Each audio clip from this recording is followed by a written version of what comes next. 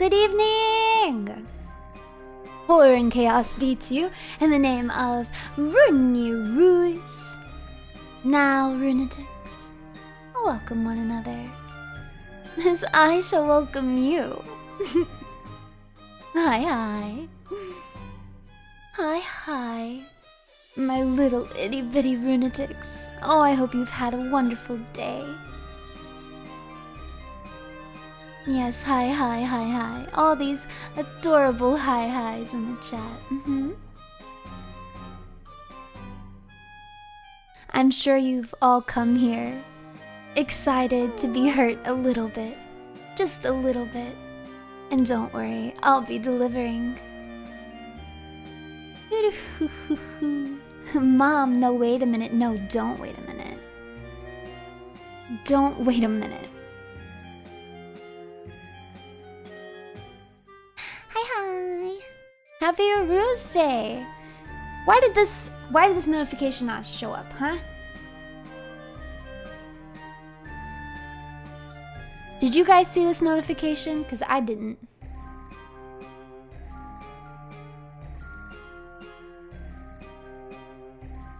Oh, you did? Oh, maybe it did show and I was just not paying attention. This may be my impetus to finally finish reading the Silmarillion and do it. You should do that. I approve.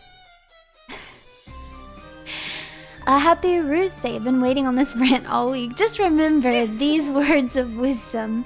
Expect disappointment and you will never be disappointed. But I want to have hope. I want to have copium. Today we're gonna be sipping on copium. Can you open your heart to me? And open your mouth, your alimentary canal. Open your stomach. And consume some copium with me today. Hope is the first step on the road to disappointment.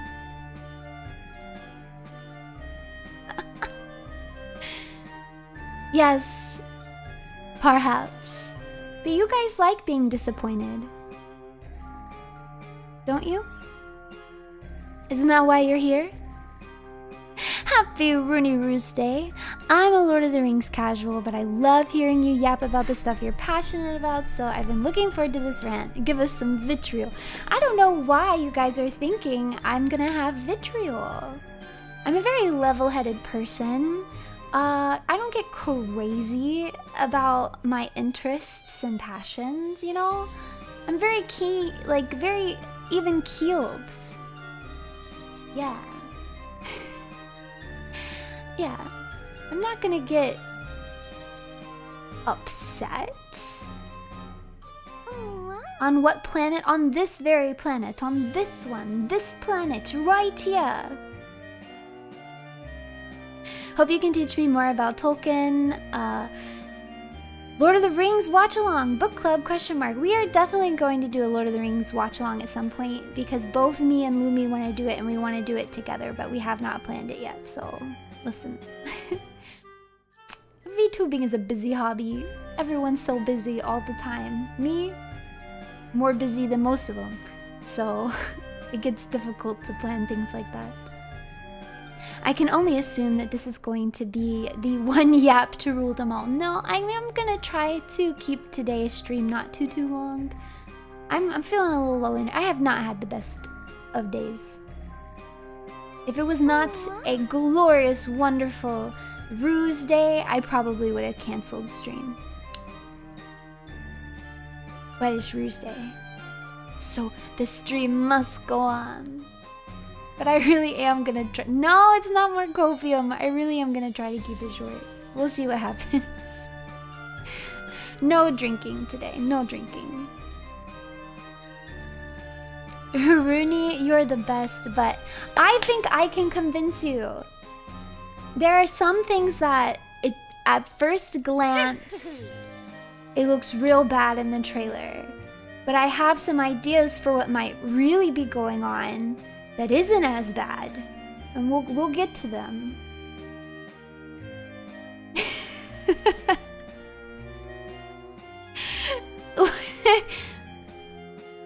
You give them too much credit. I know. I know.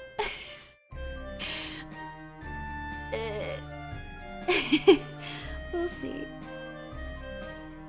There's some things that I can't fix though. It's just over. It's so over. Also, heads up, make sure there's no audio on the trailer if you're watching it on stream. Better not to risk the VOD getting nuked. I think it'll be fine because I have watched several streamers stream the trailer. People were streaming it during the convention, and those streams were not taken down. So I think it should be fine. Right?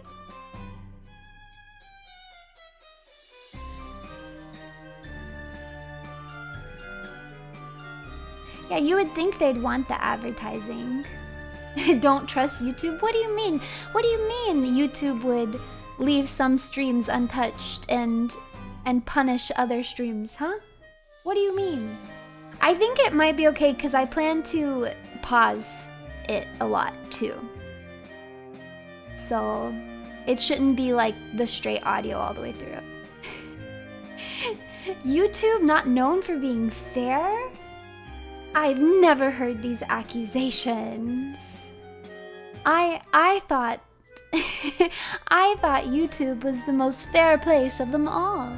And that's why all the VTubers come here. Yeah, perish the thought of selective enforcement. Perish the thought. Yeah, I'll keep the BGM on. I'll turn the volume down a little bit. I'll talk over it. It'll be okay, hopefully.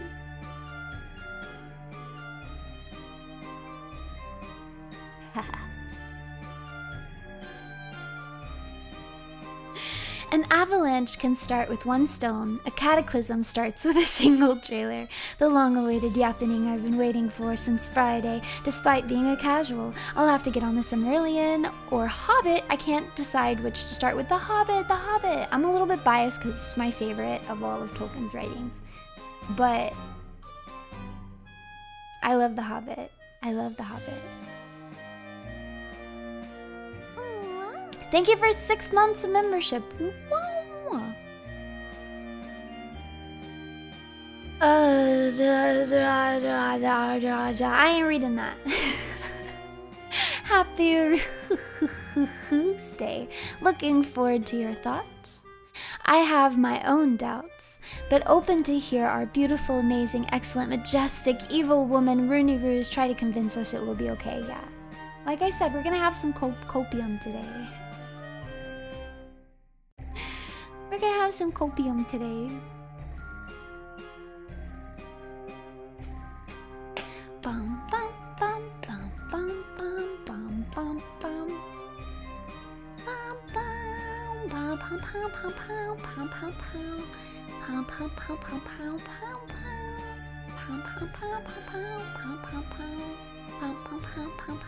bum bum bum bum bum. Wow.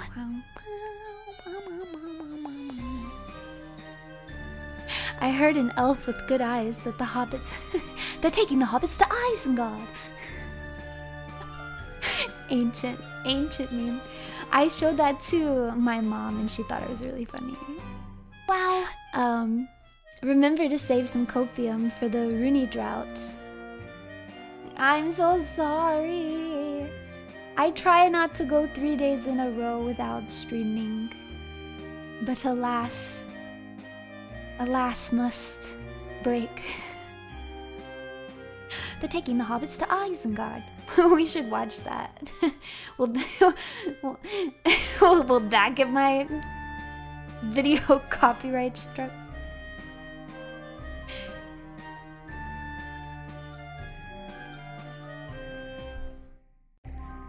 No, I didn't leave when you needed me most. I died fighting a Balrog. Yeah, don't worry. They're gonna send me back to Middle-earth because I'm just too epic. I'm like Glorfindel or Gandalf. I'm too epic. I'll die, but I'll return. I'll be sent back. Don't worry. I'll be back on Saturday. If I know Paramount, they will F over once a beloved franchise into nothing more than lifeless corpses of a TV show. Cough, cough. Halo TV show. You know, I don't know anything about Halo, really. I remember my brother playing it when I was a little kid, and I remember not liking that the little grunt aliens run away from you screaming. They're like, oh, don't kill me! And I was like, oh, I don't like that. I don't like that. I don't like that they're doing that. But I have heard that there is a Halo TV show that was not very well received. Briefcakes! Congrats on the briefcakes! Wow. I can still hear her voice, Runie Rose, to save me. Nothing will save you now.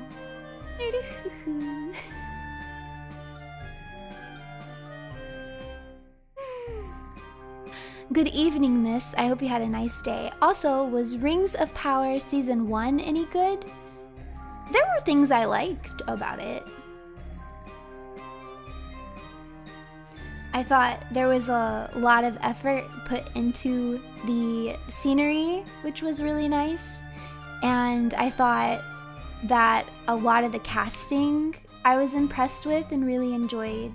The design of Numenor, the design of Khazad-dûm, both were super beautiful. I love that we got the return of practical effect orcs. Incredible, they looked really, really awesome, and I thought those actors did a nice job. There was a lot of like really cool like Easter eggs for super fans in the backgrounds, different weapons and references to things that they don't have the rights to, so they couldn't put them in there outright, but they tried to like give little nods to them. And I thought that that was really nice. I liked everything really about Khazad-dûm. All of the scenes there were really fun. I liked the relationship that they were developing between Durin and Elrond. I thought was really nice. So there was definitely things that I liked. There were things that I did not like.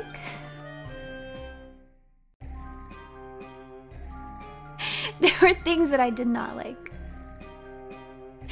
But, I mean, I'll be watching the second season. I mean, it's Lord of the Rings, so I'll be watching it. If nothing, I do get an incredible amount of entertainment and joy just from watching it and discussing it with my other friends who like Lord of the Rings and seeing what people have to say about it online and, you know, things that people noticed. I liked while I was watching it to try and like predict what they were gonna do.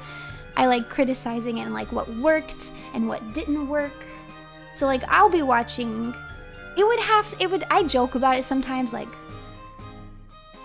I've joked many a time that like if the Balrog actually shows up in season 2 and destroys Khazad-dûm, that I'm dropping it and I won't watch it, right? I joked before this trailer came out that if Tom Bombadil didn't sing in the trailer that I wasn't gonna watch it, but I'm a liar.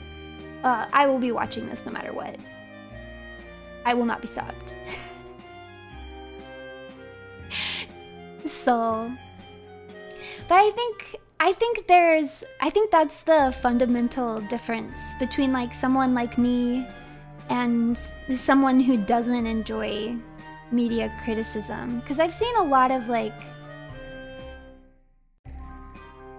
I think a lot of people feel like if you have anything positive to say about the first season, you're just an idiot who doesn't understand Tolkien and you're trash and they can't believe that you even are gonna watch the next season.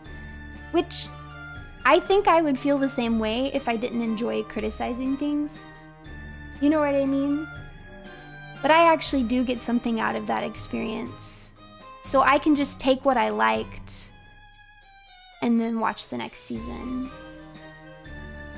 But for some people, like, that's just not enjoyable to them. And I get that. I'm like, yeah, if I felt that way, then it would just be, like, crap. You know, like, if you don't enjoy having negative feelings about something ever, like, it's just a bad experience for you no matter what, then yeah. You're not gonna have fun watching it. You probably shouldn't watch it anymore. You're not gonna have fun discussing it. So, like, I totally get that opinion, too. But exactly, I can have a good time watching something bad. Wow. It's just, yeah, I guess it just comes down to like how you enjoy media, you know? Because I also think a big part of that too is, can you, like, some people can enjoy something that they have major criticism with and some people can't. You guys know this about me. I can tear something apart and still love it dearly. I can have major criticisms and still love it. Dr. Stone. I hate the ending of Dr. Stone. I think it's absolute trash. It makes me very upset. For a lot of people, I imagined it ruined the entire series, but it didn't ruin the entire series for me. I still love Dr. Stone. I would still recommend Dr. Stone. It's still dear to me, but the ending is crap. But not everybody has that experience either. Like, for some people, like, if the ending's crap, then there's just the whole thing's crap and they can't enjoy it anymore. Which I don't think is bad or good. It just is the way that they feel about it, and that's fine. But I don't feel that way. So all of that is to say that yes, there are things that I liked about season 1, even though I do have, like, pretty much any of the major criticisms that you see out there for season 1, I agree with. I've talked at length about all of the things that I disliked. I don't think anybody who's like a super hater of the show would like have a major disagreement with me if we actually like went through the talking points of what we liked and what we didn't, you know? But I still did like some things, and I was able to just enjoy the experience of getting to watch it and seeing what they did. And I will be watching season 2.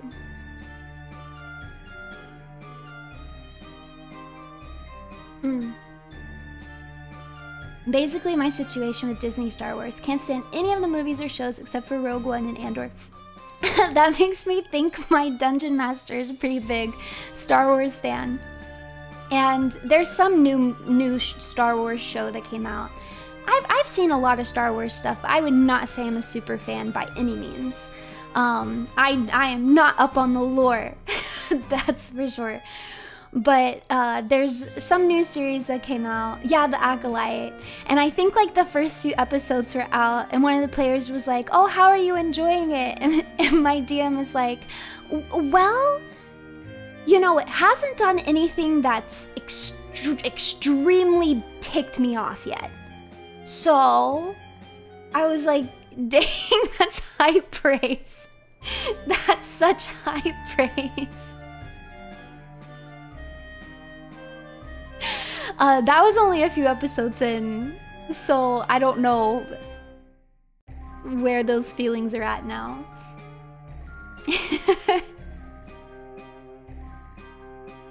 Yeah, the bar was very, very low. I watched The Mandalorian.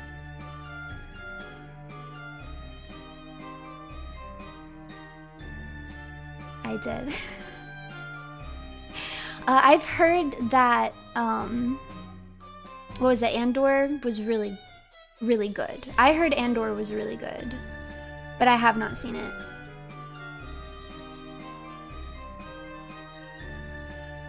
Yeah, I've heard great things about Andor. It was downhill. There's 3 seasons in the... Wait, I feel like I had this revolution, I feel like I had this revolution the other day too, and then I forgot it again. Gosh, there's 3 seasons of The Mandalorian. I only saw the first one. The one that ends with like Uncanny Valley Luke Skywalker appearance. I was like, why do they do this? Why do they do this? Do they think that we don't have an imagination? Like, just get an actor that looks somewhat like him, man. And tell me that it's Luke Skywalker and I'll believe you. I'll be like, oh yeah, that's Luke Skywalker. I'll believe you. I'll believe you.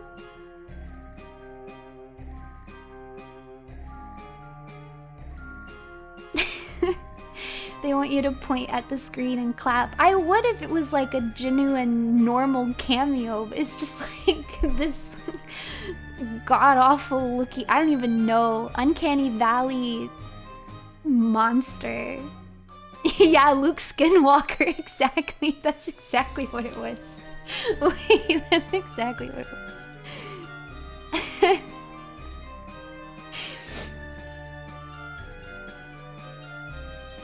Ugh.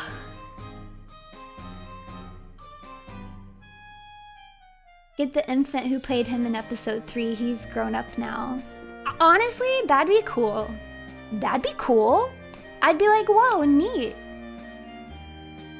I don't know, man.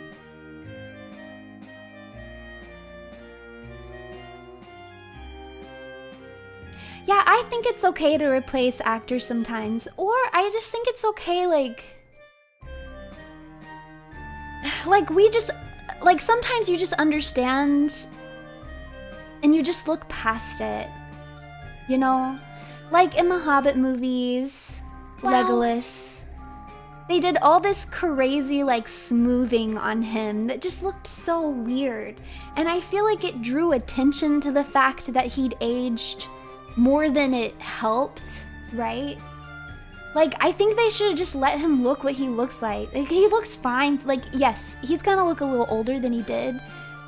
But I feel like an audience is smart enough to just be like, yeah, okay. But this movie took place before then, but the actor got older because it was filmed after. And then you'll just forget about it. Like, I don't think anyone's that hung up on it. As I feel the same with, if they do hire some of the original actors for the new Gollum movie, I really hope that they don't do the crazy CGI aging down. Just let them look older. I just don't care. Nobody cares. I feel like we've talked about this before. I'm sorry, sometimes I feel like I'm a broken record. But I just don't care. Just let him be old. I don't care. I'll just pretend that he doesn't. It'll be fine. For real though, like bring him back. It'd be cool. Or I guess at that point recast, because I don't want creepy CGI. It's gonna ruin the movie for me. It's hard to look at. Because it gives me the ick. That's just science, okay? It gives people the ick. Why is Gollum getting a movie? You know, that is debatable in my mind as well. I do find it very interesting that they're choosing the Gollum story. For those of you who don't know, it has been announced that they are releasing a movie tentatively called The Hunt for Gollum. It will be directed by Andy Serkis, who played Gollum, which I think is fun.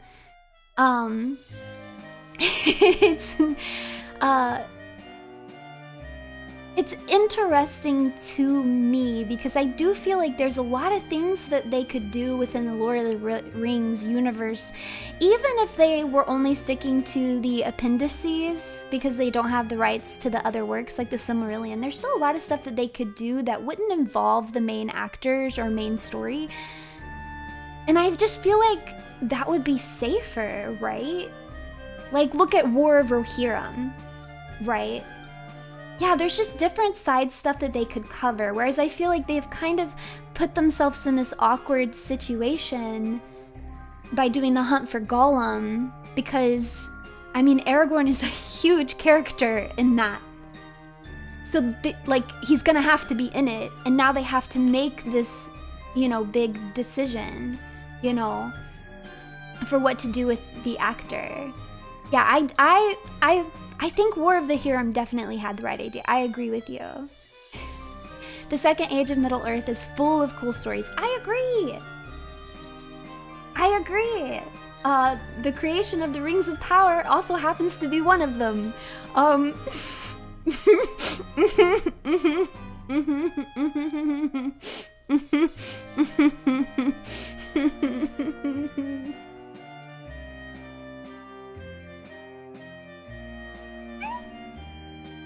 Sorry, I just had a moment of physical pain. I'm hanging in there. I'm hanging in there. But yeah, that's a movie that's gonna be in production. The cool thing is they've got a lot of writers and people on the team from the original trilogy. Weta's gonna work on it again, which is fun.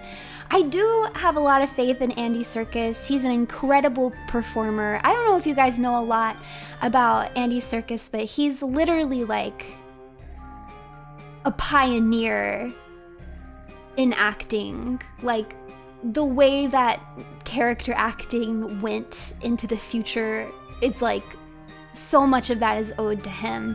He's a really, really, really talented person. Not just as a voice actor, but just acting in general. So I do have a lot of faith in him. I do suspect that the Rings of Power will probably go through the fall of Numenor. That's kind of where I see it ending, right? Well, we already saw Muriel get the vision of Numenor being flooded, so I definitely think that we'll see that in Rings of Power at some point. Not this season, probably, but at some point. Because I'm guessing Rings of Power will go all the way up until maybe the last alliance of elves and men. Yeah? Well, we'll have to see. Maybe it'll get canceled. We'll have to see. The Runies of Power. Yeah. Goated with the sauce. Yeah, that's what the cool kids say. And I'm a cool kid. Does that sound weird coming out of my mouth? If you need another reason to watch Andor, Andy Serkis is in it, and he has one of the best scenes in the entire show. I actually did not know that, and that does really make me want to watch it. Happy Runie Ruseday. I'm having an eye problem right now, so I've been listening to my favorite voice ever. Oh, you're so sweet. But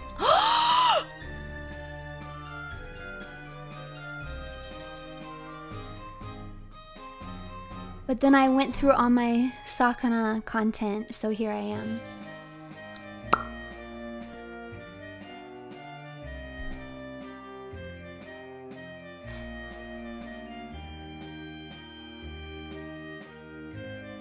Chat.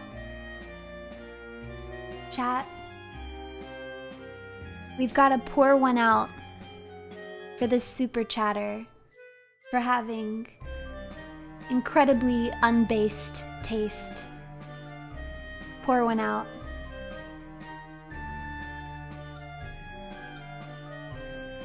Sometimes the opinion is so bad, you just have to pity them.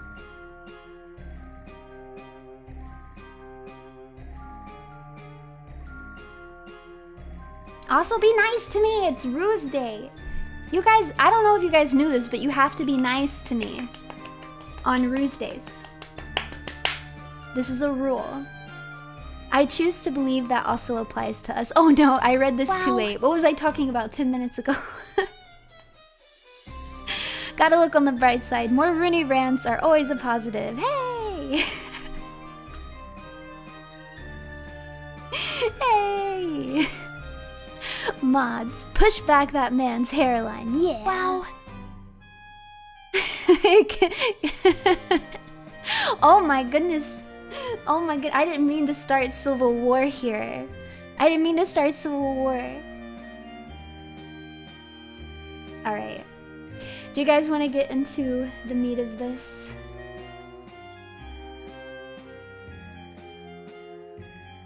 Okay. Here, I'll turn it down a little bit, and I think I have closed captions on. Okay. Are you afraid? Wow. So I'm gonna be pausing and starting the trailer as we go through. Oh! It was in regards to you viciously criticizing stuff but still loving it. I've never viciously criticized you, not once, not ever. But I wubble my woonitics. Woonitic wubble. You literally said we were too nice recently. I don't remember saying that. And also, can't a girl change her mind? What? A girl can't change her mind? Hello, love bugs! Welcome, welcome, welcome! Dizzy Love! I hope you guys had a wonderful stream. It's Dizzy, so duh, that's a given. Of course you did. Welcome. Today we're gonna be going through the Rings of Power Season 2 trailer. Because, you know, why not? Why not? Why not? Because why not? Yeah. Wow. I have things to say. Right on time for love bugs to see Woman Zeus. Hey, you guys love Woman Zeus. If I go too long without Woman Zeusing, you start asking for her. You don't think so? Start paying attention. I gotta give you a little bit of Woman Zeus every now and again, or you get desperate. I lost power for a sec and forgot to save. I'm going to Amy myself. Wait, what were you playing? What did you forget to save? Oh, the art you were working on? See, that's exactly why I told you guys when my power kept going on and off, I was like, I'm not doing thumbnails. Because if I'm in the middle of a thumbnail and my power goes off and I lose the work, I will be so angry with myself. Well, I'm sorry that the celestial gods are trying to prevent you from making your degenerate, evil artwork. You should try being more evil and more degen. Remember D-E-G-E-N. And that should help you escape their terror. Yeah, that darn stupid moon.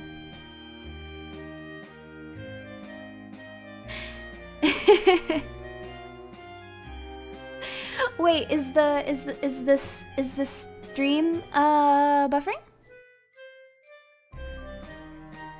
Oh, it looks okay from my end. Alright. Oh, must have been a YouTube thing. It's back? Okay. Nice. Hello! Okay. So let's just get this over with. Sauron sees himself as master of all Middle Earth. Okay. So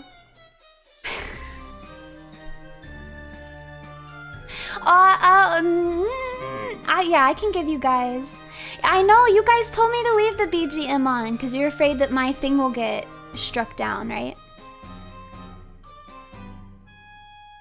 So I thought you guys said to leave it on.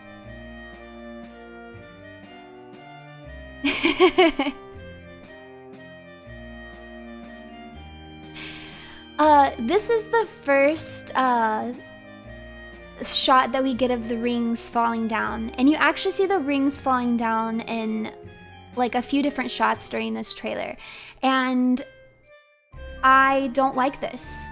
Now this might seem kind of nitpicky, but I feel like this is the kind of framing and imagery that they use for the One Ring, and I don't like it. Because these rings, the whole point is that they're not under the influence of Sauron. You'll see a lot of things in this trailer that I think are kind of pointing towards them kind of changing that. I'm worried that instead of the three elven rings being immune to Sauron's power, they're gonna do something where they are. It's already a ring retcon because they've made them out of order, which they've really messed it up. For those of you who aren't familiar with this story, they make all of the lesser rings first. Celebrimbor, who, you know, is kind of overseeing everything with Sauron in disguise. They don't know that he's Sauron yet while they're making all of the rings. Celebrimbor is kind of suspicious of Sauron, so he makes these 3 elven rings without Sauron's help, so he doesn't have any influence on these rings. Then Sauron leaves, goes to Mount Doom, forges the One Ring. The second he forges the One Ring, Celebrimbor and the other elves are like, oh no. Oh no, they realize that it was Sauron. They realize that he's weaved evil magic into these lesser rings. And so it's at that point that they start resisting him, and then, you know, the war on Aragion goes, and all of this stuff happens, right? They've already messed up the timeline here because they already know that it's Sauron. Only 3 of the rings have been made. And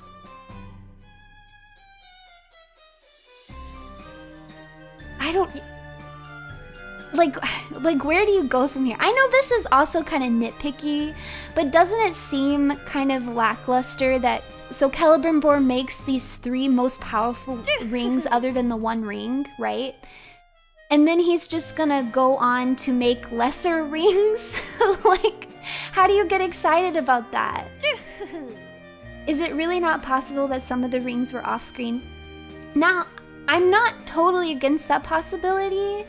So I guess maybe they might... I do think that this would be a retcon still, though, or kind of I just feel like it would be kind of cheap for them to just be like, oh, and by the way, like, we made all these test rings together before we even made these ones, and we just didn't even show you those last season. I think it would be kind of lame. I don't think it's likely that that's going to happen. I think they are going to keep making rings in this season, but they're just going to be making the lesser rings. So I don't know. That's nitpicky, but it just does seem kind of lame to make less powerful rings now.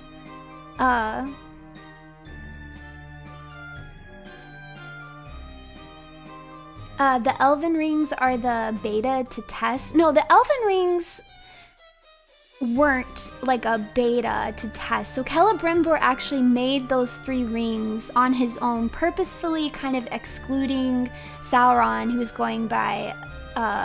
he was in disguise as Anatar at that point. So he was kind of suspicious. And so he made these rings kind of in secret. And that's why Sauron can't control them. And that's also why they're the rings that he wants the absolute most. He cannot stand that he can't control these rings and that he doesn't have them. The Lord of Gifts is a very trustworthy name. Yeah. Yeah, almost as trustworthy as Runie Ruse. Exactly. Props to the guy hired to eat those ring pops. I also am not crazy about the design of the rings, but that... I can get over that. And I saw someone mention it earlier about the alloys. I know a lot of people were really put off in season 1 about... about... Halberd, whatever his disguise name is, telling Celebrimbor about the alloys. I don't know, personally, that didn't bother me all that much. I agree that it sounds kind of lame, but also it's like, I don't know, it's like magic stuff. Like, it's kind of, I feel like they do this all the time with like science, when they're just kind of like making things up, you know?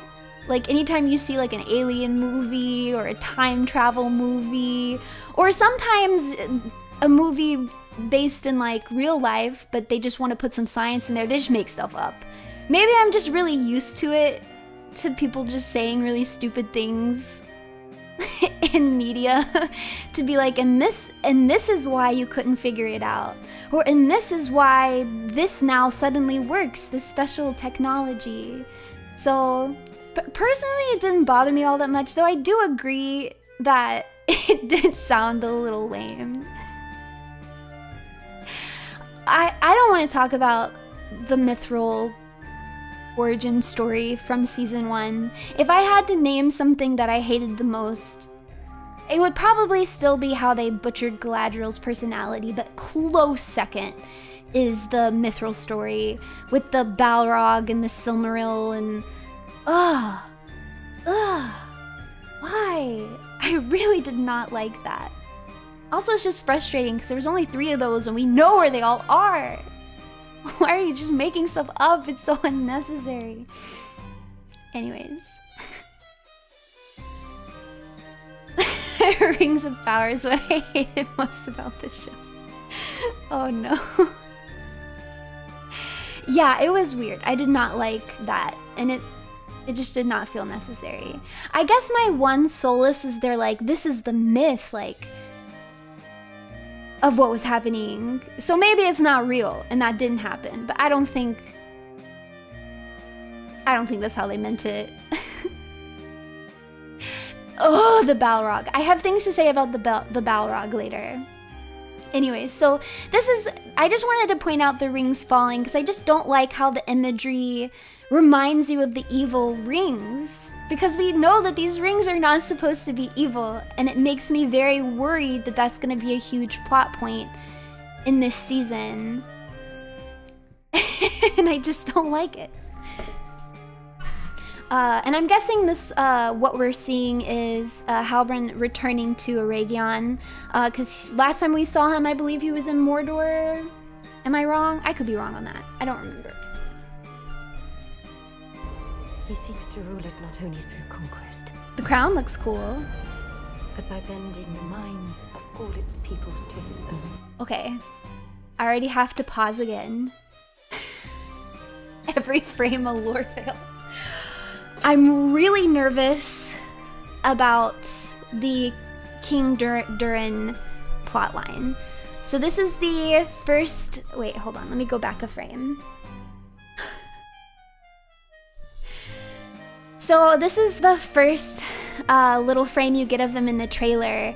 And there's quite a few things in this trailer that seem to indicate that he's going to be influenced by the evil power of one of the Dwarven rings. So if you know that some of the rings were given to the dwarfs, I don't like this. It's not Dumbledore. I don't like this. Oh, also thank you for the gifted sub, eating Mike Tyson's ass. Thank you. I don't like this because it's not Gandalf. Because one of the things that I've always thought was cool and that I have liked is that Sauron tried to first control the dwarfs by giving them the rings, but just by nature of being dwarves, like they just, like he couldn't bend their will, basically. They were just too stubborn. And then that's when he's like, oh, screw the elves, screw the dwarves, I'm sick of this. I'm gonna go corrupt humans because they're way easier to corrupt, right?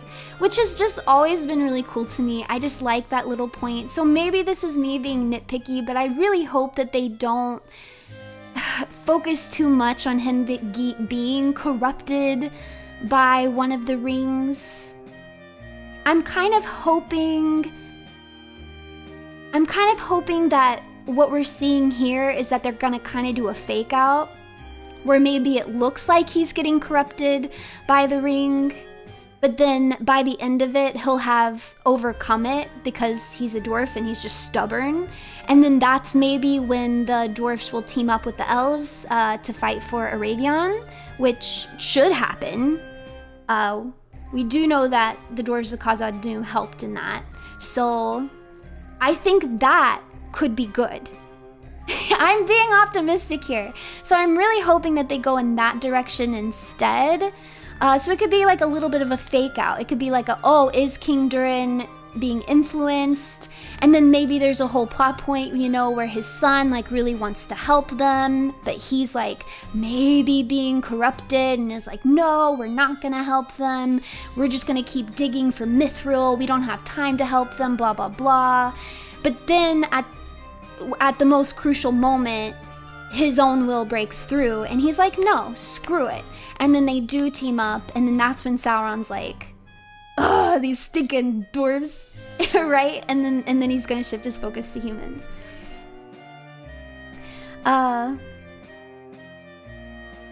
Your ideas sound too good. See, if they did that, I think that could be nice. Is this is it copium? Possibly. There's more copium to come. It's also still a pet peeve of mine that there's two Durins at the same time, because there should not be two Durins at the same time. If you guys know this or not, but like, Durin is kind of believed for the dwarfs to like reincarnate, and so like there shouldn't be two. I keep thinking that maybe eventually we'll get like a reveal that one of them is the actual Durin and the other one is just like using the name as king, but like has a real different name, and one of them is the actual reincarnation and the other is not. I don't know. Again, this is copium on my part. I'm like, they could fix it though. I guess that is nitpicky. I guess that's nitpicky, but I mean, I don't know.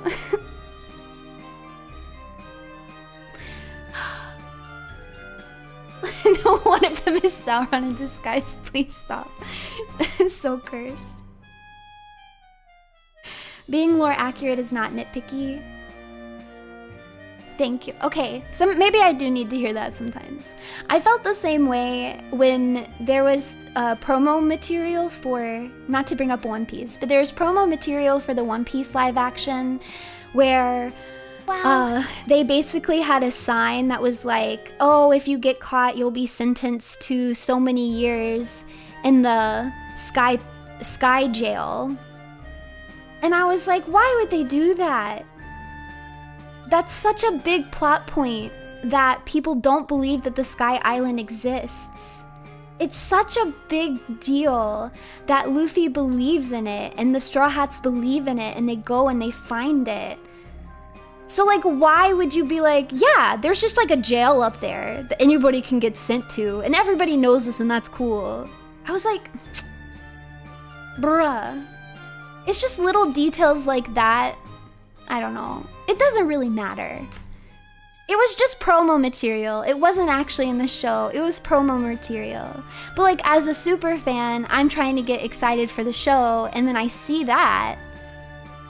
Just make Oda write Lord of the Rings. Okay, unironically, I actually think Oda would do a really good Tom Bombadil spinoff. Tom Bombadil, in my opinion, is an Oda-coded character, and I think if Goda were to write just like a fun, silly little romp adventure of Tom Bombadil, I actually really think he would nail it. He would have a One Piece laugh though, and I actually think he would do a good job. It's just like the whimsy of it.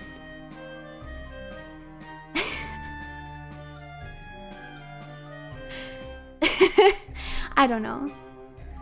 How many of the books have you read? So I've read obviously all the main ones, but then I've also read the Silmarillion, and then Unfinished Tales. I've read some of the letters, but not all of them.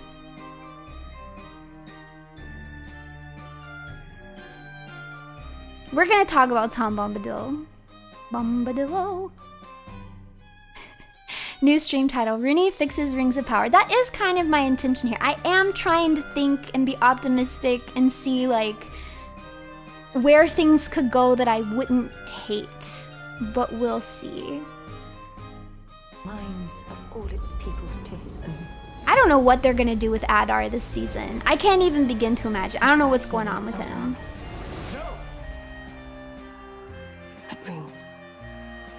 Okay, here's another one of those scenes. I have the volume turned down so you might not be able to hear it, but obviously Elrond doesn't want her to put it on, and then when she starts to put it on, you hear like the whisperings, which I just associate with the One Ring, and I don't like it. Why are we implying here that Sauron has anything to do with these rings? What are they doing? I hope it's not true. What's her ring called again? Ninya? I don't know. It's, you know, it's not so great. I know people don't like the short-haired elves. I actually don't mind. I don't know. Isn't that crazy, you guys? That I don't mind that Elrond has short brown hair. It just doesn't bother me for some crazy reason. I kind of like it. But I actually really like the... I actually really like the actor that they got for him. I think he's gonna do a really good job. I remember watching him. The first thing I saw with him in it, I don't know his name, unfortunately, was the it was like a Netflix series that was like Through Her Eyes. Do you guys know what I'm talking about? It's like through her eyes. He plays a crazy character in that and does a phenomenal job. I loved his performance in that series. So when I saw him, I was like, whoa, is he gonna be able to pull this off? Because this is a very different character, and I think he did. I like his portrayal. I'm happy with it. There's a few casting choices that I really like.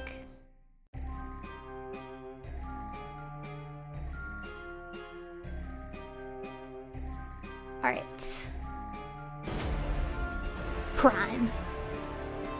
In choosing to wear those rings, you have all become his collaborators. I don't like this. I know you believe this ring is deceiving me, I don't like this. but I believe it is guiding me. Practical effect works. They look great. No complaints, no notes. I like this. It looks good.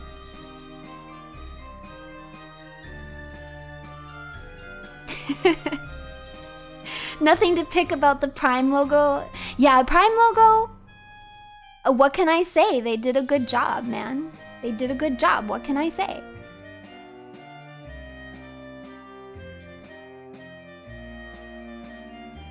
Yeah, I try to give the actors a lot of grace in this kind of stuff. It's the same. Why do I keep bringing up One Piece? It's because it's the other series I'm super obsessed with and was highly invested in the live action.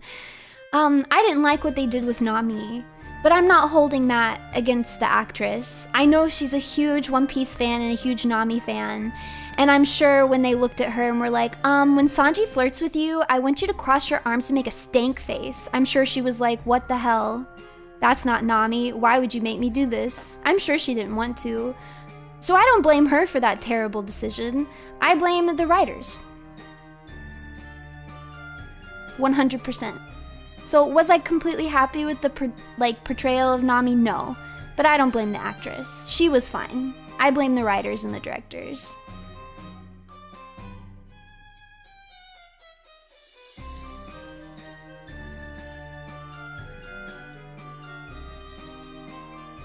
It's okay to be in a bad film, just don't be bad in it. Oh, you know what? I've never heard that Christopher Lee quote. I do like that. Yeah, I think that's fair. All right. All this may be by his design. These rings may be how he attains power.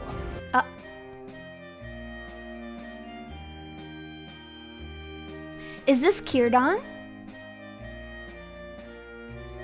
I don't know why, if they're going to bring Círdan into the story, that they wouldn't show him in the trailer. I do find that kind of confusing, because I don't think he's like such a beloved character that they would have to like not show him in the trailer to like have it revealed later on. So I'm starting to suspect that maybe he's not in this and they just give the ring to somebody else. I don't know. I don't know. What do you guys think? I'm very confused by this.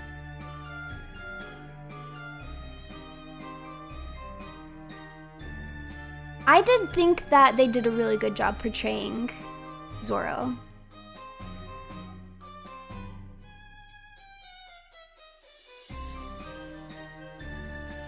The timeline is already so messed up, it's hard to tell you. The timeline, forget the timeline. Timeline's out the window.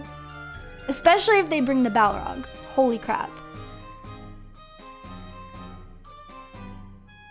Can't say. Yeah, that's how I feel. It'd be cool if they have Círdan in it. I just wonder why they're not showing.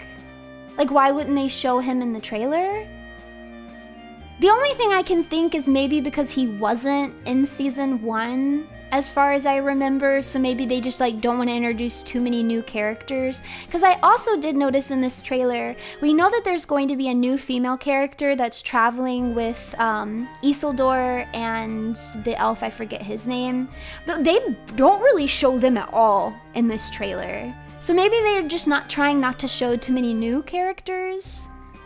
They showed Tom Bombadil, but I guess that's the only like new character they really show you. So I guess that's possible, that maybe they were just avoiding that, and then so this will just be Círdan. Yeah, not to reveal too much. Yeah, that's possible. It'll be cool if it's Círdan. I would be into that. I'd be excited.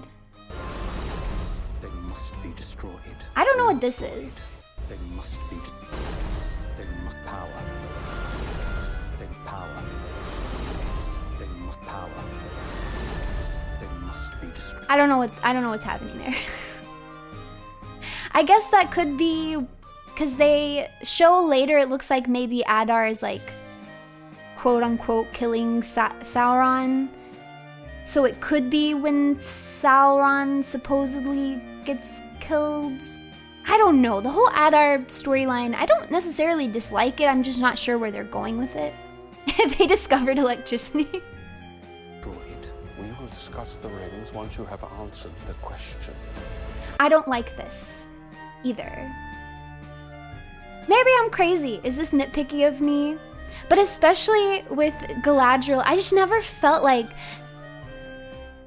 Galadriel and Gil-galad, and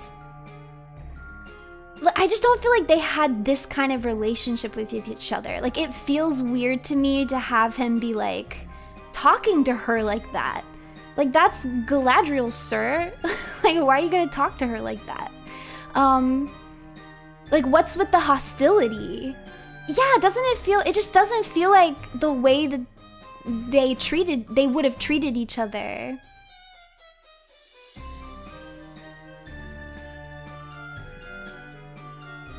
I don't know. Not the end of the world. I don't know.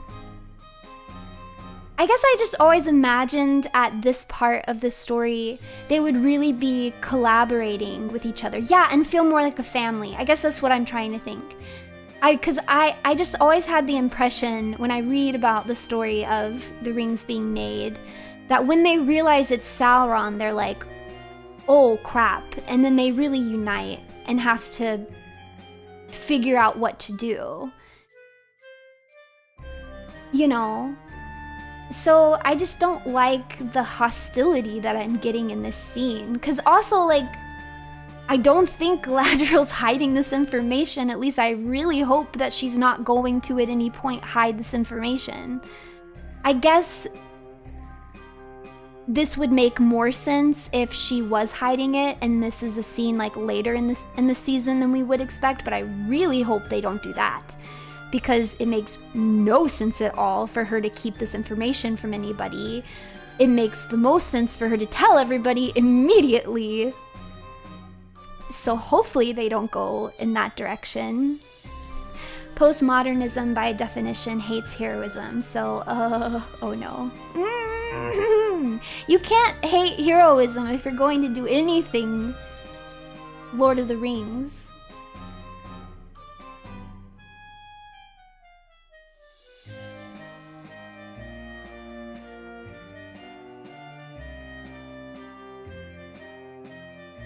I don't know.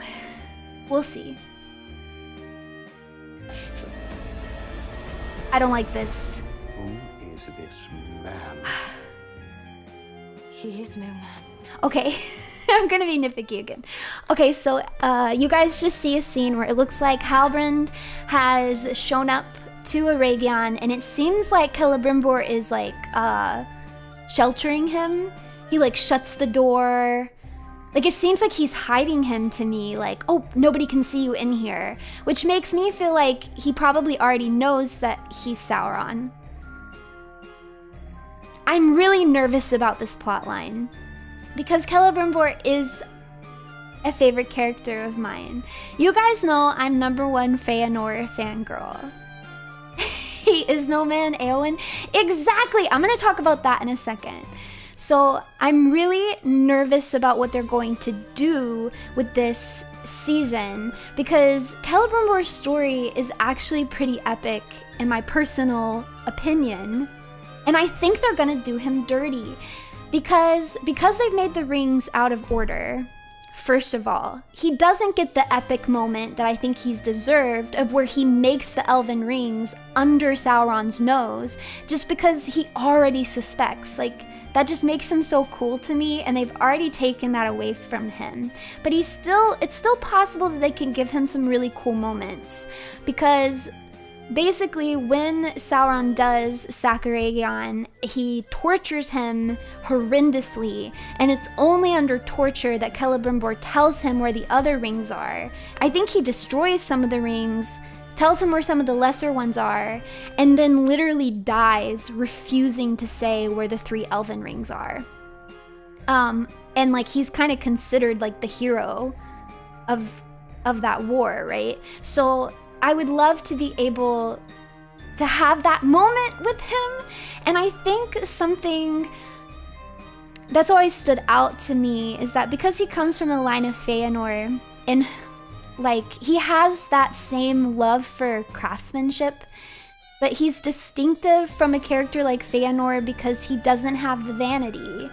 And I think that's an important feature of him. And I worry that what they're doing with him in this series is, it seems to me like, because they can't do the Feanor story because they don't have the rights to the Silmarillion, it seems like they're trying to make him more of a Feanor type character, where he's so obsessed with his work and his craftsmanship and his ability to create these powerful objects that he's going to let himself get deceived into making more of these rings with Sauron, and like believing, okay, maybe he's not really Sauron and maybe Galadriel is wrong, which is just a completely different characterization than I would like to see, and I think it'll make him less sympathetic. So butchering the character to fit the plot, but they have to do something now, because they made the rings out of order. Them making the rings out of order is just bonkers to me. I don't know why they did it, and it really makes it hard for them to salvage the storyline, in my opinion. I think... No, there's just nothing that they could have done, because no matter what, if Celebrimbor really falls for Sauron's fair visage as Anatar, sharer of gifts, then he's just gonna look stupid no matter what, because it is kind of suspicious to be like, oh, hello, I'm an emissary of the Valar. Like, that's suspicious as it is, which is why in the original story, him and Galadriel both are suspicious. And I think Elrond too are all a little suspicious from the start, because it just is a little suspicious. But in this, they're in an even bigger twist, because now they know that it's Sauron. And so even if they had like gotten a different actor and he showed up and it seemed completely unrelated, like it would still be suspicious, you know? And he's still gonna look silly for believing it. When we first practiced to retcon, I'm trying so hard to figure out how we could fix this storyline, and I just don't know. I feel like you have to character assassinate one or the other. You could save the Celebrimbor storyline if Galadriel doesn't tell him, and he doesn't know. But that makes Galadriel awful, and that doesn't make any sense. Right? I think you might be right. I think there's no saving this. And I think that they're just going to kind of make Celebrimbor kind of like a bad guy. And then they're gonna try and save it at the end by having him, you know, get killed and try to protect the rings and whatever. But it's not gonna hit the same as it would in the original story. I might be being like a little bit too protective just because I like the character so much.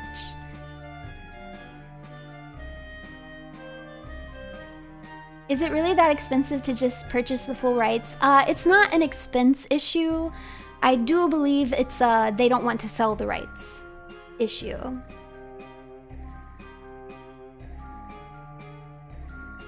With the way they've already butchered her character, wouldn't it actually make sense?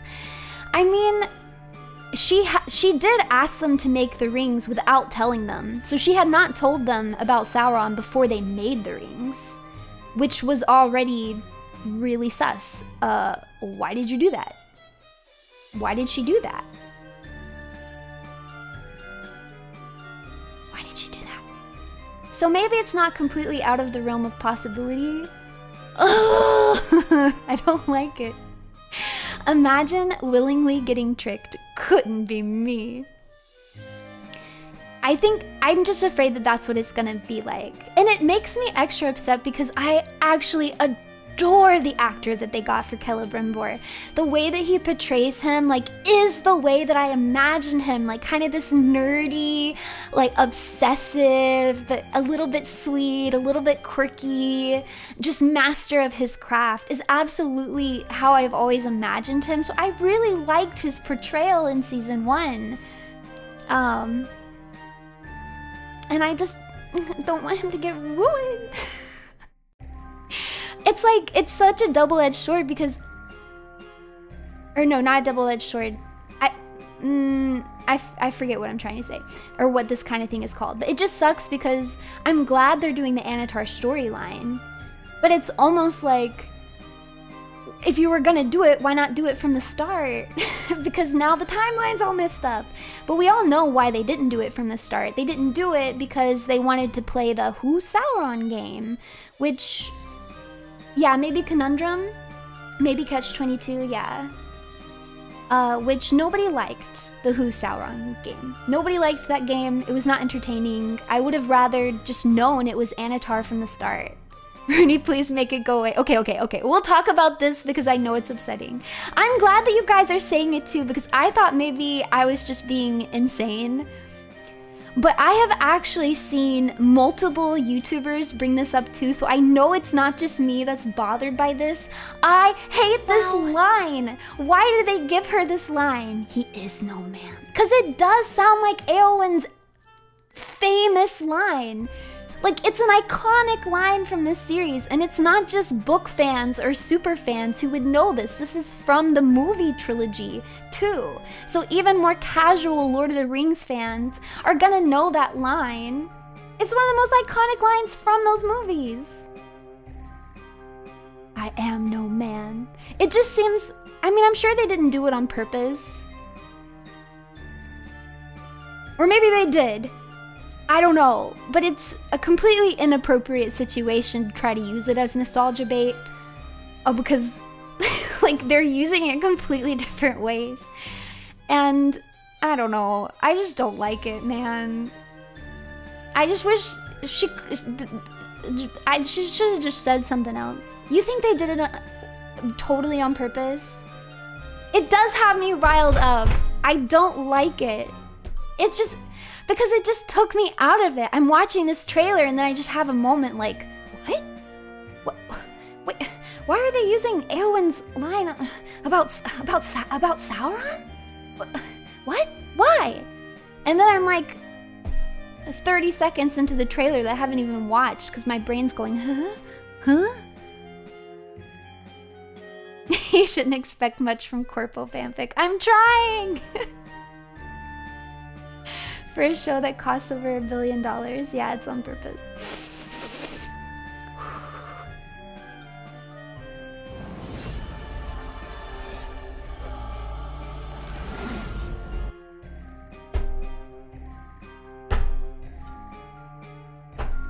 All right, you got me. I have no way to defend this. I mean, they look cool. But why are there Barrow-wights here?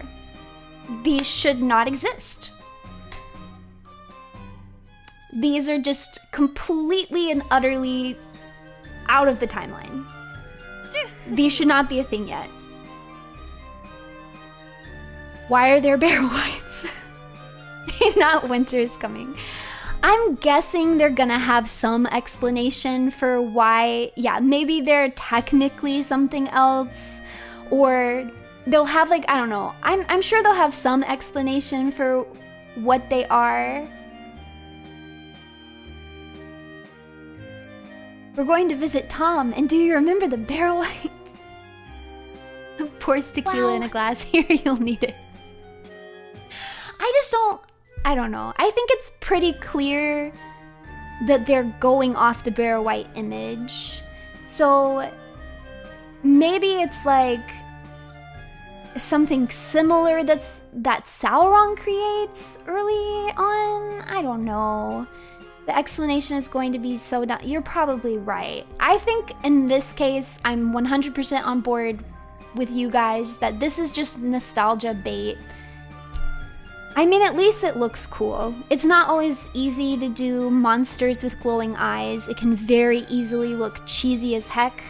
For instance, the glowing-eyed doll in Longlegs, which is one of the most beautiful horror movies I've seen in recent years, also looked like crap. It didn't look good. It looked lame and cheesy.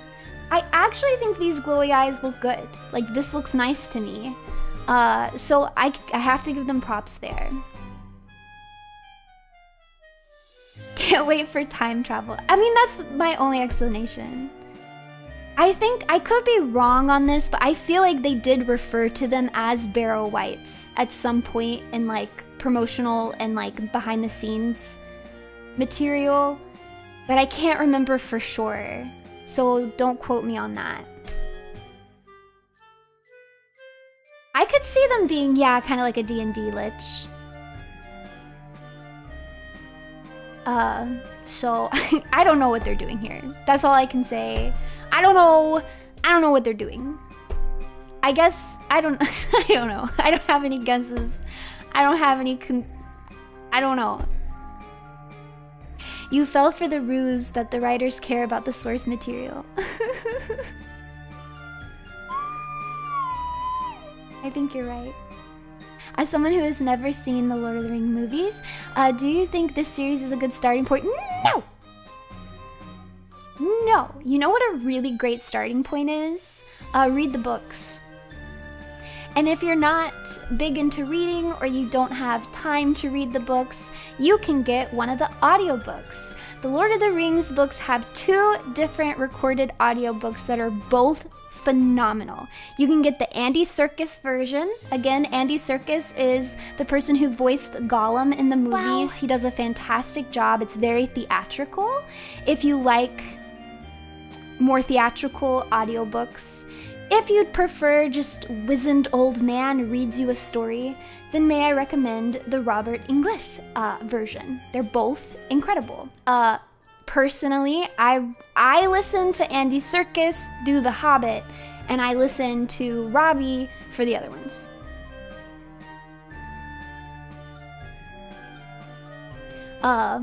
That's where you should start. And then if you enjoy those, watch the original trilogy.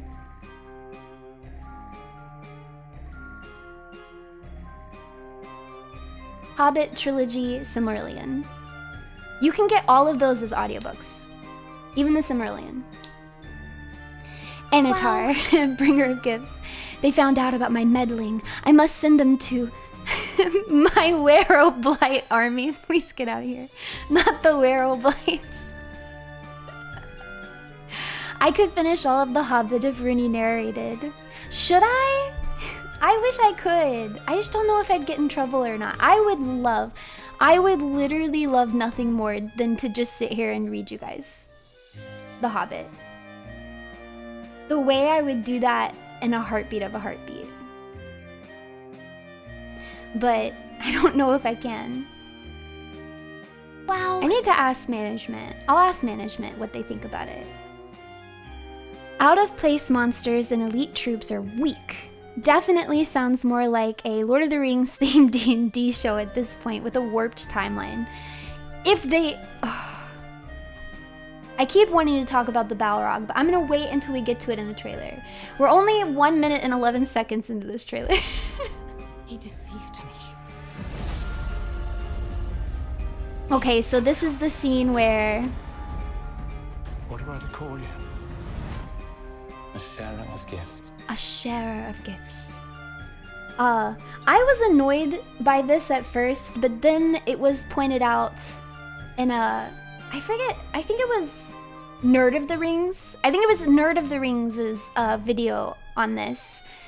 It was pointed out to me that it's probably a rights issue.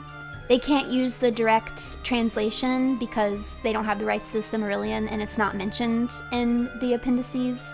So that's probably why they had to change the translation of his name. In which case, okay, fair. Yeah, what do you do? I hate this wig. It looks like crap. He looks awful. I think he's relatively an attractive man as Halbrand. And granted, okay, yes, I do have a preference for brown hair. Wow. But what is this? Why does he look so bad? Elf with a receding hairline. The hairline does look kind of like it's receding. It just does not suit him. I think just his coloring and everything, like, this man was not meant to be a blonde.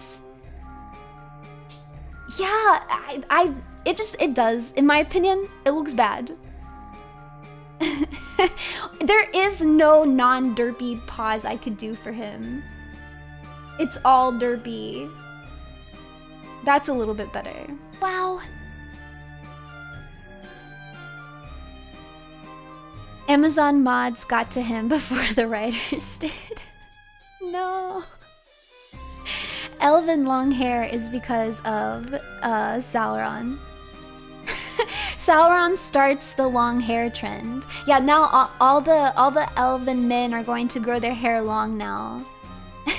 To be like Anatar. Stop torturing you? I won't. So yeah, this scene makes me very nervous. Because it's definitely making it look like Celebrimbor just falls for this hook, line, and sinker. I'm just afraid he's gonna look stupid. And I don't want him to look stupid because I love him so. I really wish that they had gotten a different actor. But it seems like, at first I was like really confused by why they wouldn't just get another actor for Anatar, since it's not supposed to look like Sauron at all. And he's a shapeshifter, so it should look like a completely different person. But now it does seem like it's like he's like, oh, I'm not really Halbrand, I'm an emissary of the Valar, Anatar. And that's why it still kind of looks like him, but he's just like, oh, here's my real form. And Celebrimbor's like, yeah, okay, yeah, sure, why not? But I don't like it. Do you prefer long or short hair for guys? I like short hair. Veterans of this channel will know I like short hair best. Your eyes. So, yeah, this scene, it makes me so nervous.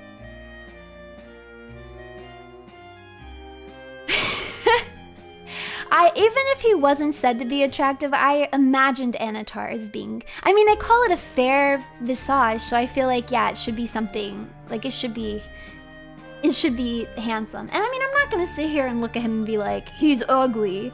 He's not ugly. He's a handsome guy regardless. I just don't think that the receding, weird, strange hairline wig, blonde wig suits him. He was much more pretty handsome as Halbrand than he is as Anatar, and I feel like it should be the other way around. So, yeah. I don't know. I've already talked a lot about the Celebrimbor storyline. You guys know how I feel about it. We'll see. We'll just have to see what happens. A sharer of gifts. Our work begins now. So now they're gonna make the other rings that aren't as powerful as the rings that he's already made. So I guess we're seeing Rune here. Okay, do you guys want me to be absolutely, completely, utterly delusional right now? Do you want me to be so delusional right now?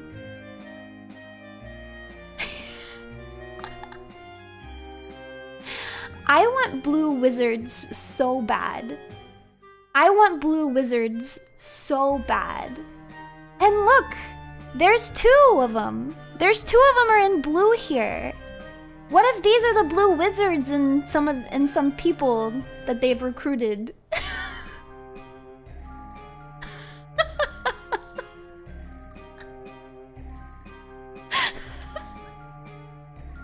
Let me have this. Let me have this.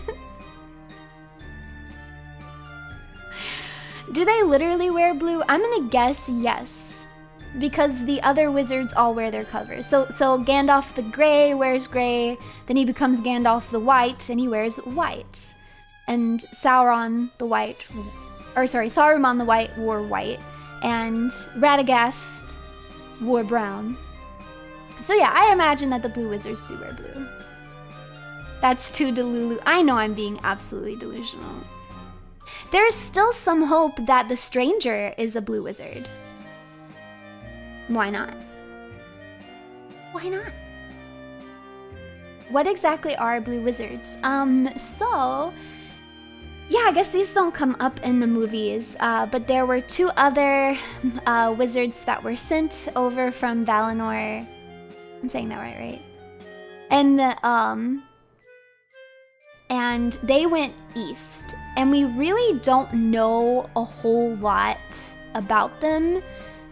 Basically, the extent of our knowledge is just like they went east and they were trying to help the people of Rune resist Sauron's influence. So they were doing things over there. From what I understand, there's like conflicting accounts based on different notes that we found from Tolkien. That basically he had different ideas for which ways they could have gone. So we don't really know for sure. Like, we don't have a definitive answer. But I think that's cool, because that means that the show could kind of do whatever they wanted and could just be creative. They could just kind of treat it like a little sandbox, and then they wouldn't step on any toes, you know? Why not? Because they'll reference the OGs to make you nostalgic. The stranger can only be Gandalf or Saruman. I'm really hoping that he's Saruman, especially if they go east. Here's why it ticked me off the end of last season, because obviously they're not telling you who the stranger is because they want it to be like a big reveal, a surprise. And in the first season, they clearly wanted you to think maybe he's Sauron too, for whatever reason. And so at the end, they do this really, really annoying thing where they make this stranger directly quote Gandalf, which makes everyone think, oh my god, he's Gandalf. But then they also make the stranger say, I have to go east, which is the one place we know Gandalf never went. So you still end the season on this big question mark. And it just felt like a tease. You know what I mean? Like, if he is going to go east and he's not Gandalf, then why make him say a direct quote from Gandalf? It's just cheap and annoying. And if he is Gandalf, then why are you sending him east? You know he never went east. That's the one place he said he never went. So why are you doing that? It's just so unnecessary. It's not even that they quoted the line directly. For me, it's specifically that they're trying so hard to keep you on your toes. Like, who is it? Could it be Gandalf? That is just annoying at this point. Like, don't give me conflicting information to make me more confused. Like, artificial suspense is a good way to put it. And it is annoying. But it does seem like in this trailer like he has traveled east, which does make me think that this might be Saruman and might not be Gandalf. And personally, I would prefer it to be Saruman. I know I've talked about this before, so I'll say it again. I like the idea of the stranger being Saruman because I like the idea of his storyline kind of starting and ending with hobbits. I just think that adds something to his story, which is fun. And I also think that, you know, we know that Saruman wasn't evil from the very start. I mean, he was a little petty and he had an attitude from the start, right? But he wasn't evil. I mean, and we know this because Gandalf even says it. So I think it would be kind of nice to get to see him before he was completely corrupted. So legally distinct hobbits. So I don't know if you knew this, but the Harfoots, that's actually canon material. So there were actually 3 different kind of like races of hobbits before they became known as hobbits in the Shire. So the Harfoots were actually, that's like a real thing. They didn't make it up. Are those Tusken Raiders? Please, no. Yeah, it's Tusken Raiders. But they do kind of look like something. They look like Star Wars. I agree with you. They do kind of look like Star Wars. Portraying his fall might be cool. I really do think, yeah, portraying Sauron's fall, or sorry, Saruman's fall could be cool. Their names are too similar. I always say the wrong one. And I see some people arguing that, like, the personality doesn't match Saruman, so it can't be Sauron. But we also do know that when the wizards first arrived in Middle-earth, that they were confused and befuddled, and it took them an amount of time for them to kind of get their footing. So I think that's fine. I think it could still be Saruman, and he can kind of come into his personality a little bit later. This is a thing we all know. Okay, well, you know it now.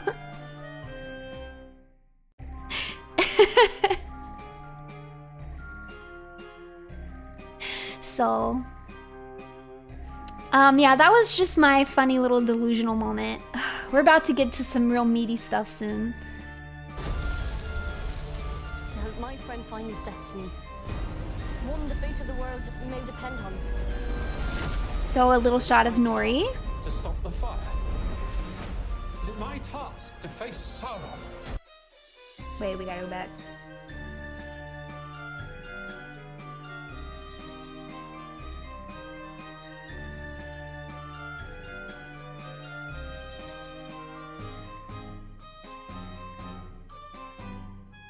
How are we feeling? How are we feeling, everybody? Yep, that's Tom Bombadil.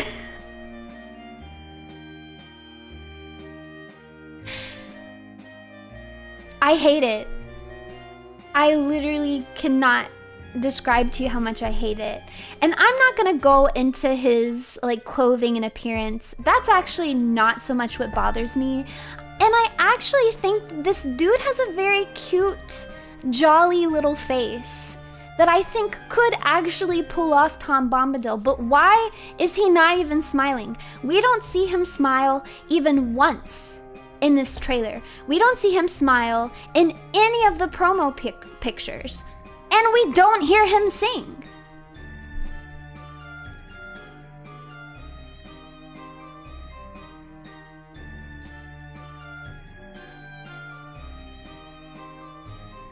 Look at how they massacred my boy. This is the thing that really bothers me, is even if he is jolly and fun and he's singing, and even if I watch the show and I think, okay, overall actually I do like the way that they portrayed Tom Bombadil, the fact still stands that this is horrible promotion material. It's horrible. And I agree, first impressions matter. And I think what pisses me off the most about this is that Tom Bombadil is not for the casual fans. If you've only watched the movies, you don't know who this dude is. He's not in them. So when they put Tom Bombadil in the movie, to me, it feels like, or sorry, in the series, like when I first heard about it, I was like, oh, they're doing this for the book fans. They're doing this for people who really love the books, for the bigger fans.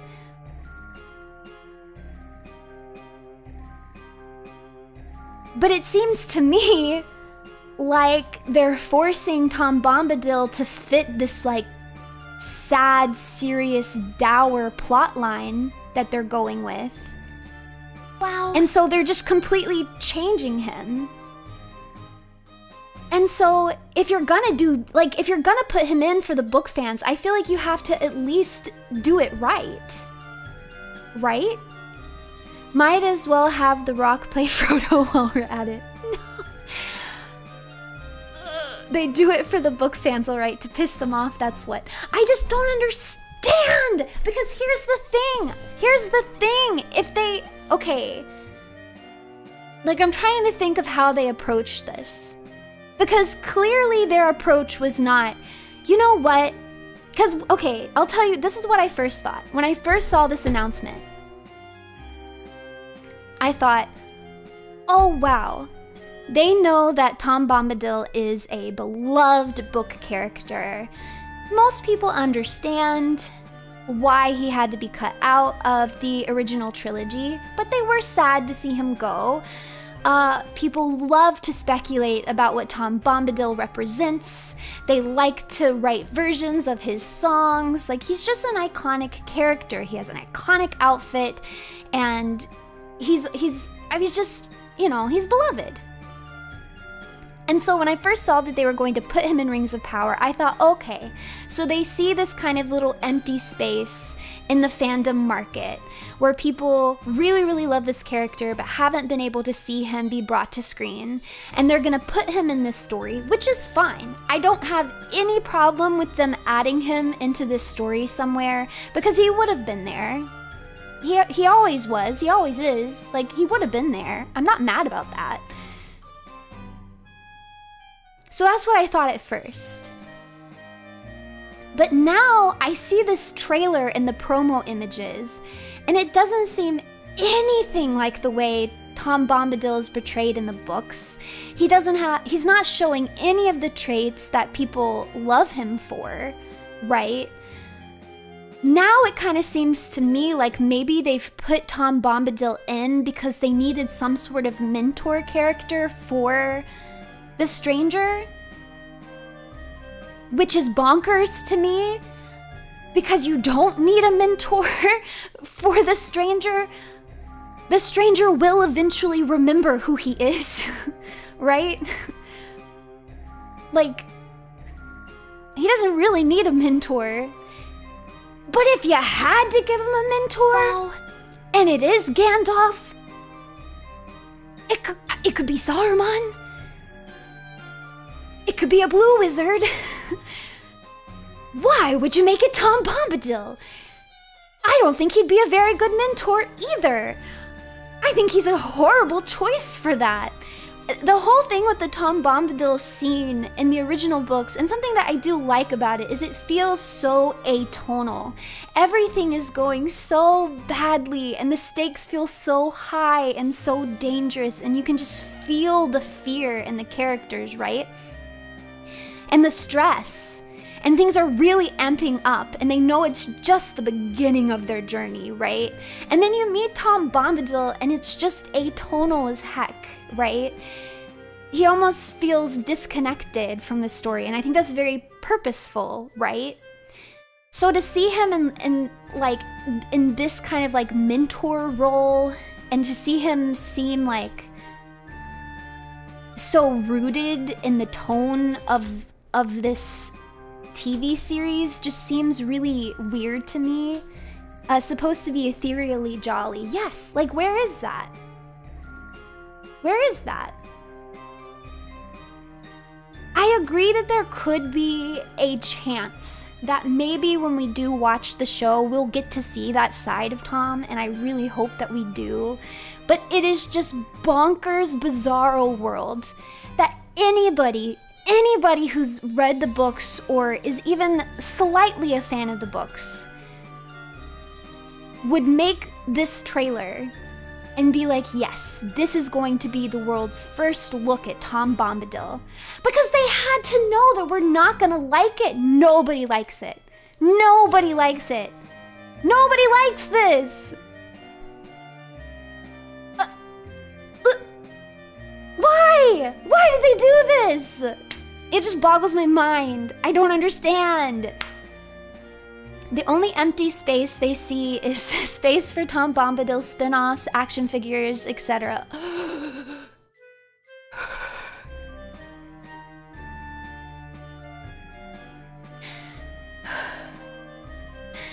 Felt like the personification of childlike wonder. He marches to his own tune and is not at all tied down by mortal worries. He's more of a force of nature than an actual person, in my opinion. I think that's a great interpretation. One of the things I like about Tom Bombadil, because you guys know this is right up my stupid little alley, I love Tom Bombadil theories.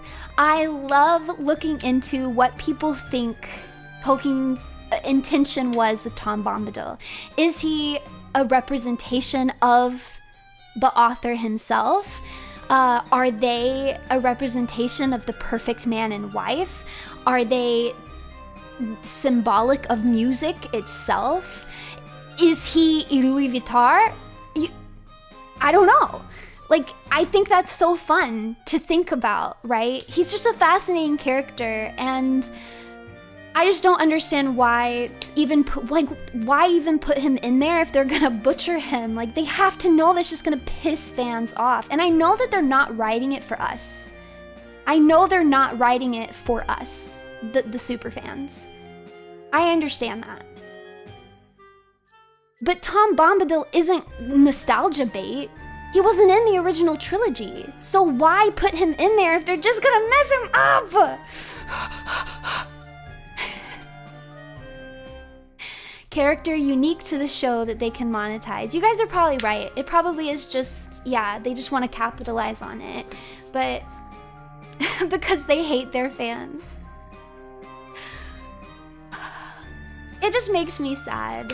It makes me sad. And okay, forget what I said earlier. If the first episode that stars Tom Bombadil, if he doesn't sing, I'm dropping the show. I'm dropping it. I won't watch it. Forget what I said. Forget it. I'm done. He better sing. He better sing. I swear to God, he better sing. He's getting Nami-fied. Sorry, Runie. No! I also don't understand why they didn't utilize him singing in this trailer. Even if they wanted it to be kind of like a sad, serious, intense, like action thriller trailer, I feel like you could still put singing in that. Sometimes like some atonal, jolly singing over like really intense looking imagery. Like, I mean, that's just something that people do all the time in trailers. Why would they not have him singing in the trailer? I just don't understand. It's such a insane decision to me. Insane decision making. What I would do to pick the brains of these editors. I just want to know what the thought process was. I just want to know. Because you guys know I will bend over backwards to try and come up with something. You've seen me do it multiple times in this very stream. If I can think of a way that maybe they're trying this, or maybe this was their thought process, or maybe this is actually going to happen, I'll bend over backwards for you. But what am I supposed to do here? There's no explanation for our first peek at Tom Bombadil to look like this. yeah, I just want to talk. Friendly talk.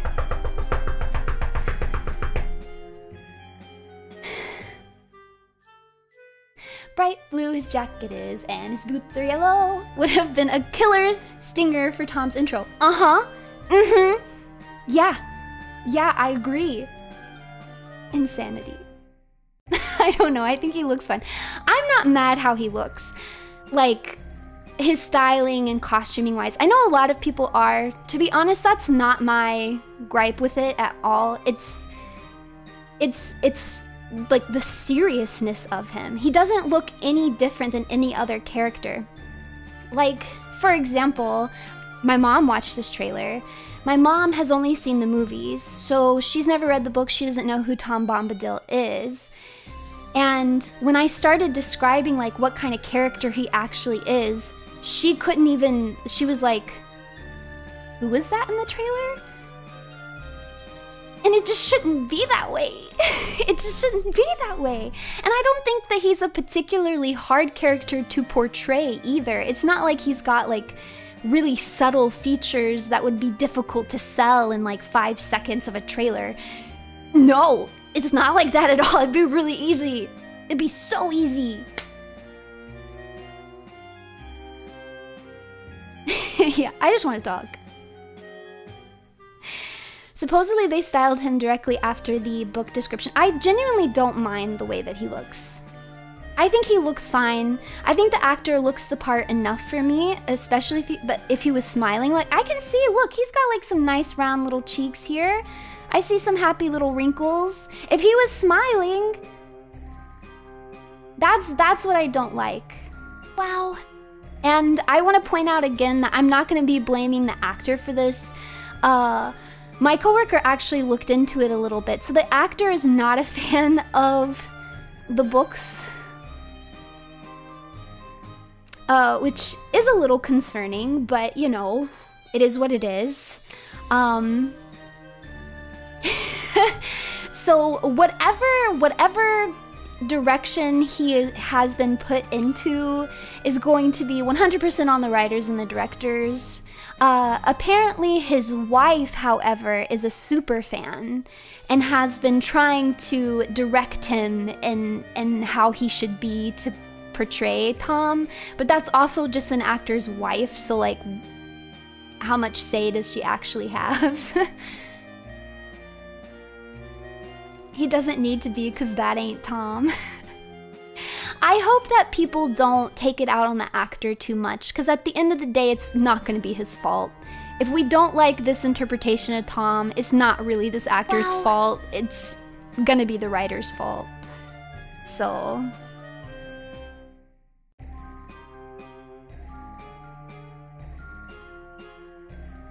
we'll see. They should have had Matt Berry play him. He would have been the perfect aloof goofball. Wait, I don't know who Matt Berry is, but a lot of people were joking Jack Black. Did you guys see that? I mean, I think he could have pulled it off. Runie, if you want to understand Rings of Power, just watch the speech Jeff Goldblum gives in Jurassic Park when they are sitting around having lunch. Man, I haven't seen the original Jurassic Park in so long. That makes me really want to watch it, though. They probably did what I did the first time. I read the books and just skipped all of Tom's singing. It's amazing what cutting 80% of his lines does. Why? Why would you do this?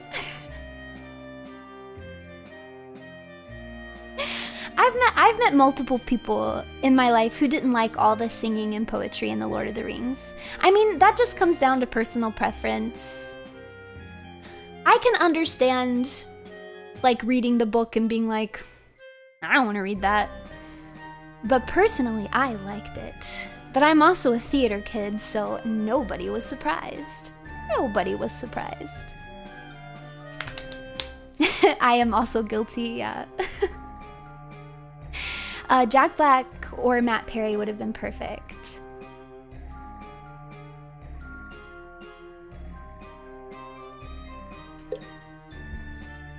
Lord of the Rings, the musical.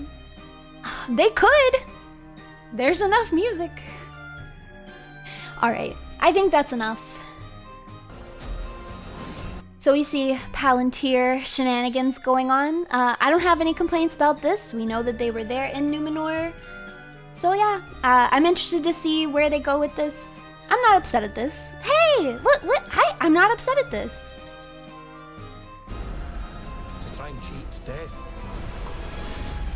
might lead to an even greater catastrophe.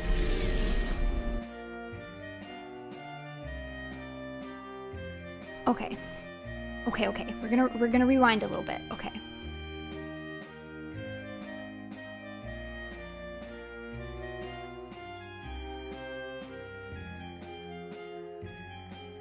Okay. I have a theory. I have a theory.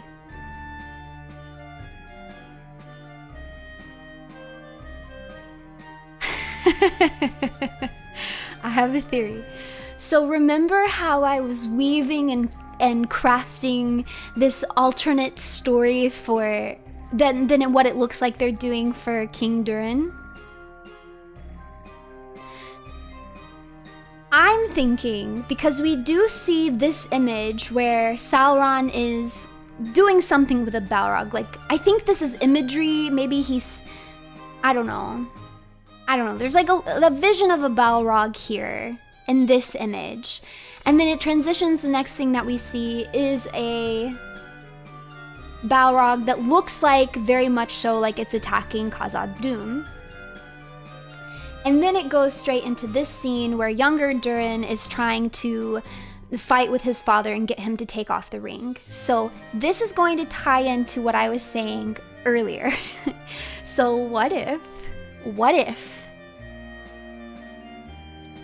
Sauron's plan is to use the ring that's been given to King Durin to get him to corrupt him and to influence him to keep digging and digging and digging further into the mines, because he knows that he will awaken the Balrog if he does that. So these scenes that we're seeing of the Balrog, these are actually just visions, and it's not actually happening yet, because it's not supposed to happen for like 4,000 more years, right? So like, it's not actually happening yet. This is just like a vision that's going on. And it's all part of like Sauron's plan to like distract the dwarfs so they don't help the elves when he attacks Rhaegon, and to try and like kind of wipe the dwarfs out. But then, like I said, at the end of the day, King Durin is going to be able to overcome this because he's a dwarf, and that's canon. He can't be controlled. His will can't be completely broken by Sauron. And so then they will stop mining deeper and deeper. They won't awaken the Balrog, and they'll help the elves instead. That's some nice copium you've got here. Listen, what else can I do? What else can I do?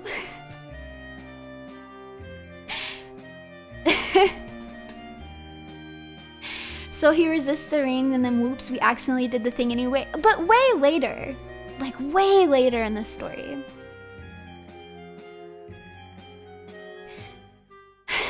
I'm gonna OD on copium.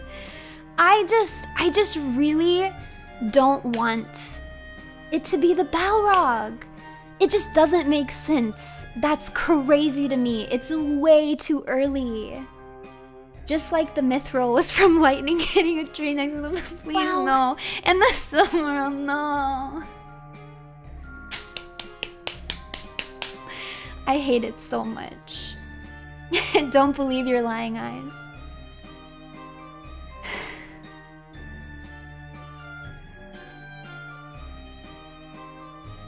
I'm not a fan of this.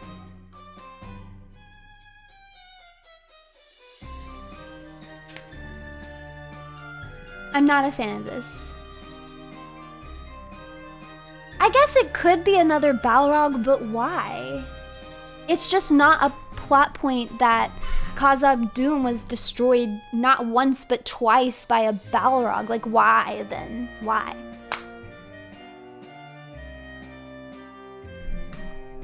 I just don't see the point of it.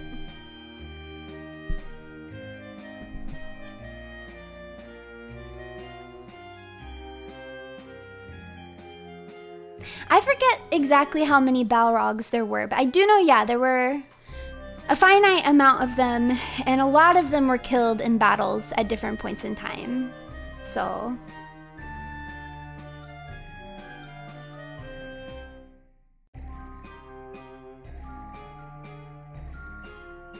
but we need a cool Balrog fight scene. No, we don't. So that's why I'm hoping that this is just a vision. This is just a vision. Or it could even be, oh, I just came up with something even better. Maybe Sauron is trying to corrupt King Durin through the influence of the ring that he's wearing. And so he's giving him visions of the future, where the Balrog does destroy Moria. And he's trying to like confuse him and make him think, oh, like if I help the elves or if I don't work with Sauron, like Khazad-dûm's gonna be destroyed, because he's like seeing these visions. But of course it doesn't actually happen. Redosing on copium, like this is dangerous. He's making him watch the first season and inflicting immense pain. Yes, I actually think that if I remember correctly, because Celebrimbor and Durin were like good friends. They were really close, and they shared crafting skills and knowledge together and had a really good relationship. Khazad-dûm and Eregion, they were pals, man. And I do believe that Celebrimbor gives him one of the rings. I don't even think Sauron gives him the ring. I think Celebrimbor gives him one of the rings, if I remember correctly. But I could be wrong. Don't quote me.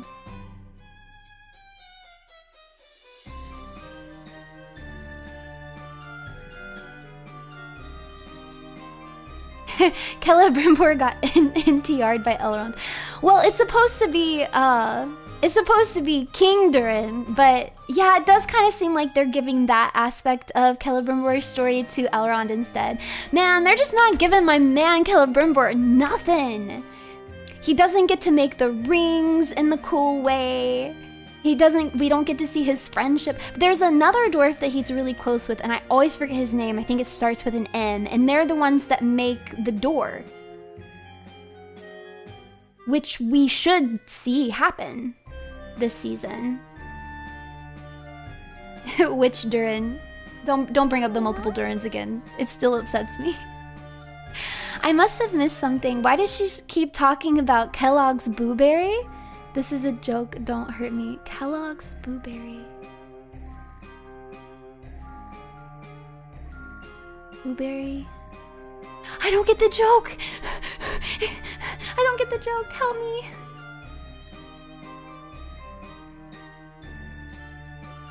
I'm sorry!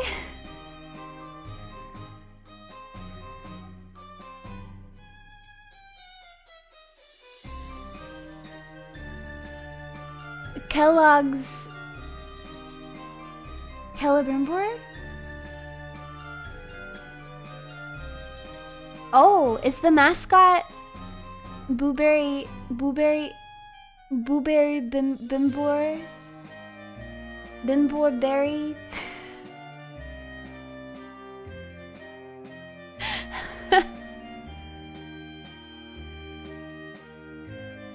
All of the copium emerging from Khazad is getting to you, Runie. No! We'll just have to see what happens with this storyline.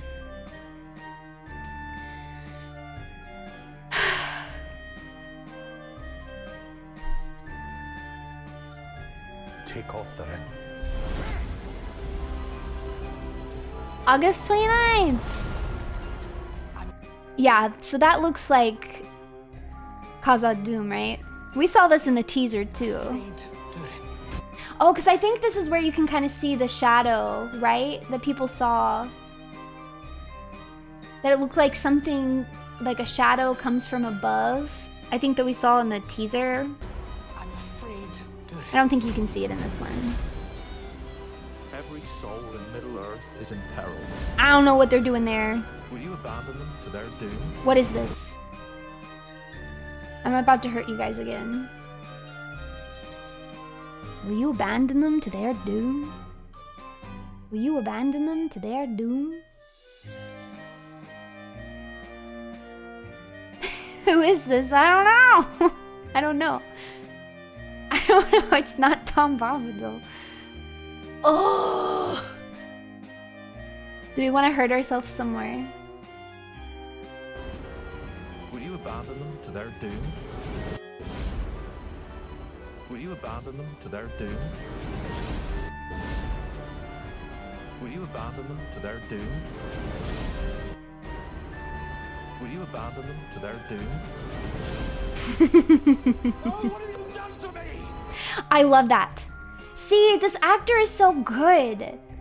This actor is so... I need to look up his name. Wait, never mind. I remembered it. It's Charles Edwards. He does so good. That's why I just feel like they should do this character justice. That looks great to me.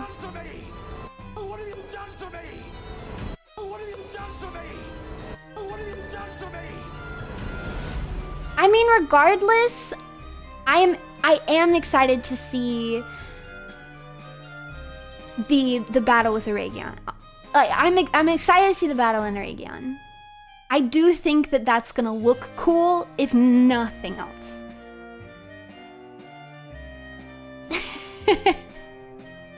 What have you done to me? That's what I say to Amazon when I watch this.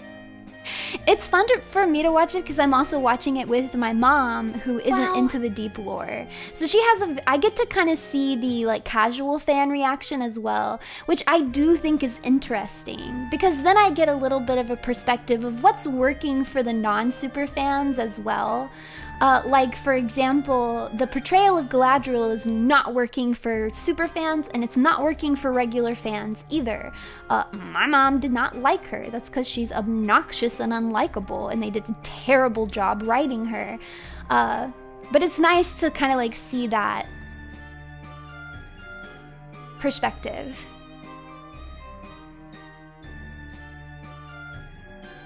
I've thought that the fight scenes have been fun. I haven't been disappointed in the fight scenes. I guess we haven't gotten too many. But I think everything that we see of it here at least looks really nice. Still need to decide how much alcohol I'll need to get through season 2. Well, don't you worry, because I've got you covered. I am planning on making Lord of the Rings inspired drinks. I am working on a Feanor drink right now. It's going to be clear, maybe sparkly. I might add edible glitter to it. I haven't decided, but it's going to be a clear, beautiful, crystalline drink with a spicy kick to it. Cause it's gotta if you have Feanor, my man who burst in flames. So yeah, I'll make some of those so when the show drops August 29th, we can drink together and suffer together. It's actually a project I'm working on with my coworker, who's also a really big fan. And they are doing an Aule drink right now. That's what they're working on. So if you guys don't know who Aule is, he's basically like a god, and he made the dwarfs. A very simple way to put it. So I'm very excited. Flammable rum then? Wouldn't all rum be flammable? My reaction after season 1 of Rings of Power. What have you done to me? I want to make that my phone ringtone. Where is it? Where is it? Runetics? To their doom? Oh, what have you done to me? Oh, what have you done to me? So there were 3 rings of power, right? Narya, Ninya, and Vilya. But there was a 4th ring of power, known only to a few. That's really none of your business.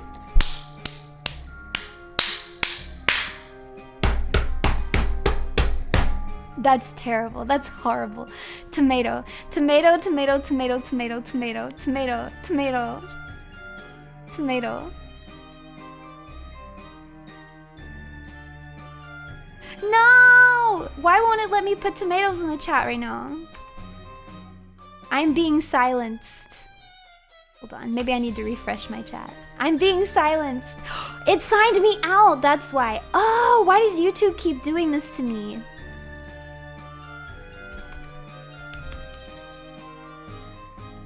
The one time that I need to type in chat. This is very important. I cannot rest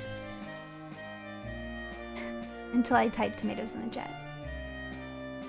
YouTube tried to save you. Wait, chat, some reviewers are coming up with creative drinks inspired by the show Rings of Power, including ones like, oh no, it disappeared, so I didn't get to finish it. But hey, it wasn't too off.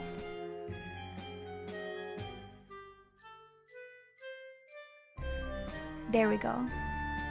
Okay, let's continue. Leave Sauron to me. I don't understand what's going on with the Adar stuff at all. It's kind of going off script, so there's only so much I can predict anyways.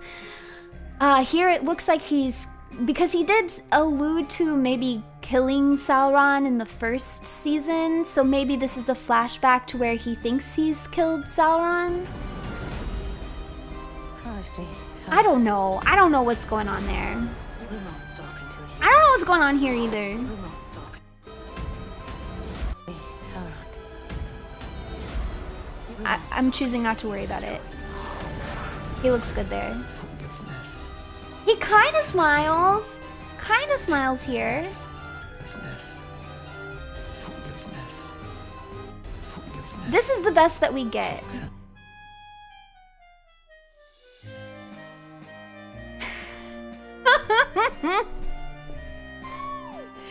I like this Elrond, especially in armor. I know I've already said it before, but I'll just say it again.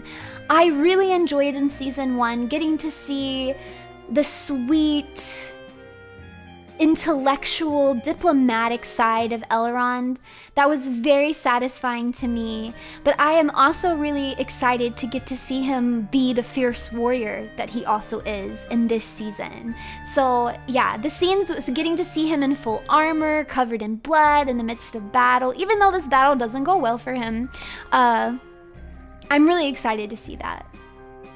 The grin here is somewhat promising. I honestly prefer this series, Tom, please.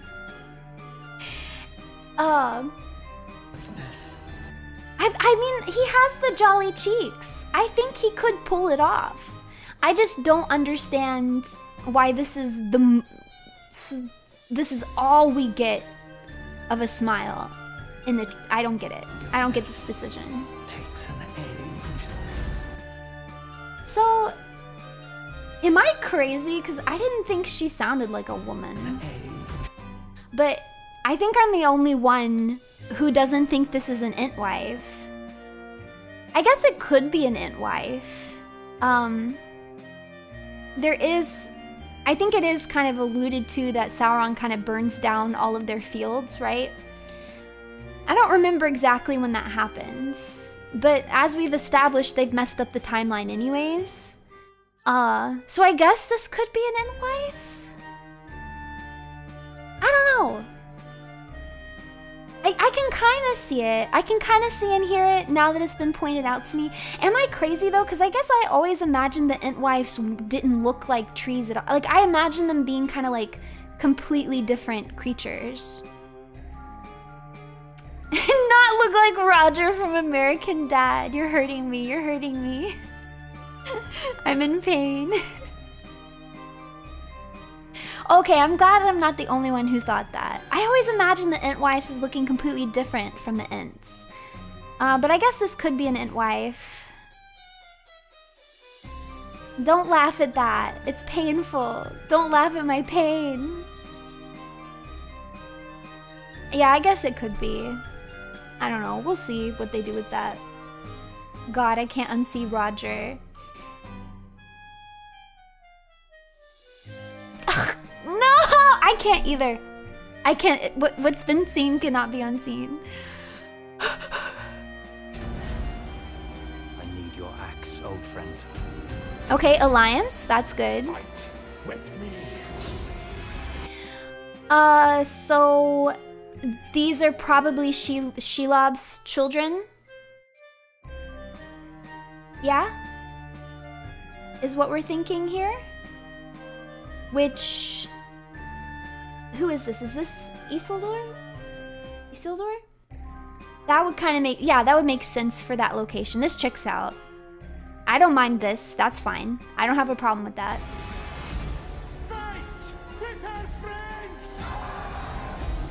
The alliance is happening. I'm happy about this. I don't know where the Ints are gonna fit into the story, but we'll see. There are always some who rise forth and shine. Dude, he looks so rough here. I am excited for this. I don't think that it would be Ungoliant, because I think she's already consumed herself at this point. But Shelob is Ungoliant spawn, right? So it could be... It could be... I think it's Shelob's children, makes more sense. Okay, yeah, okay, yeah. So, Ungoliant is a very cool character to me. It's always cool when you have like a big baddie. This is not unique to the Silmarillion at all, but I really think it's cool in a series where you have a big baddie like Morgoth, right? And then you just have like this random other like evil character, but not evil like they want to do terrible things to other people necessarily, but more like they're just evil because they've just got their own agenda. And even the big baddie is kind of scared of them. It's not unique to this story, but I like that type of story. And so it's very fun for me, the interaction between Ungoliant and Morgoth. But they can't do any of that because that's from the Silmarillion. Shelob's just chilling in the mountains. Yeah, I'm a little fuzzy on the timeline, like when she arrives in Mordor or how long she's been in Mordor. But I don't think it would be a stretch for her to be there or for her spawn to be there. And we know that her spawn do move out and spread because that's how they end up in Mirkwood. Am I making stuff up now? No, I think that's right.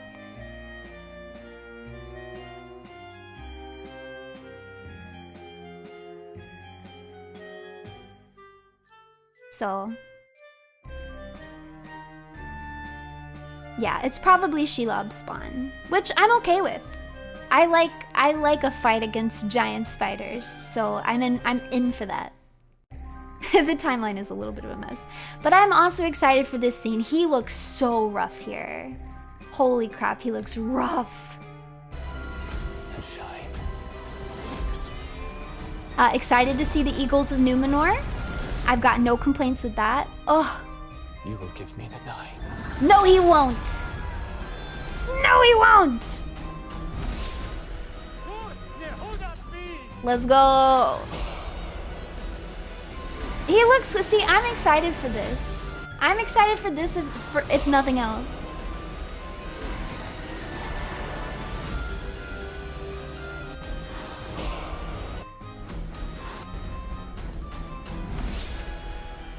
You guys know I love me some Elrond. This is why. I'm glad not everyone is traditionally attractive.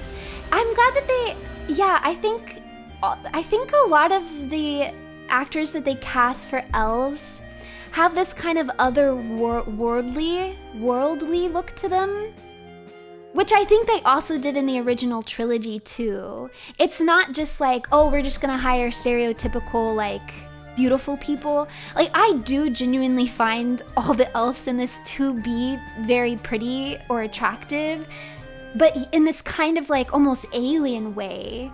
Like, if like I found out they were an alien, I'd be like, oh, that kind of makes sense. I don't know, like there's something otherworldly about their appearance. In that way, I like the casting, but I've said that multiple times. I like the casting. So, not hot people with knife ears. Yeah, I like that.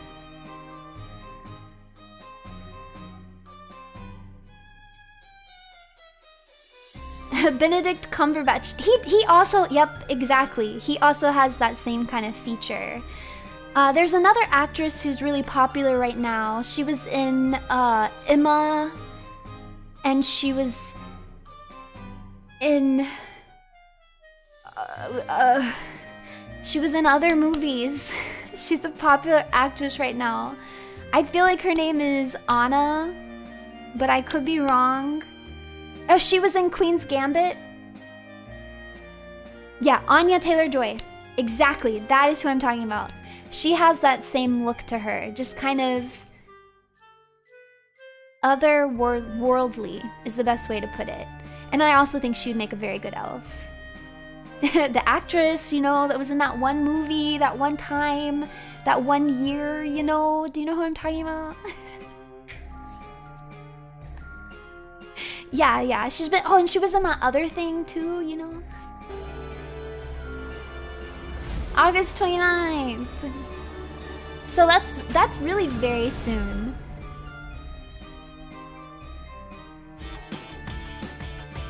So let's go. What frame should we pause it on?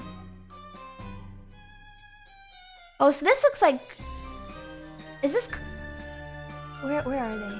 This is Khazad Dûm? Where are they?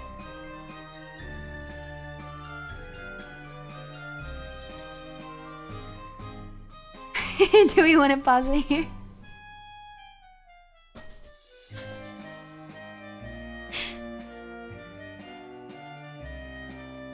That's your backyard. So, yeah. That's the trailer. So we'll see. We'll see what happens.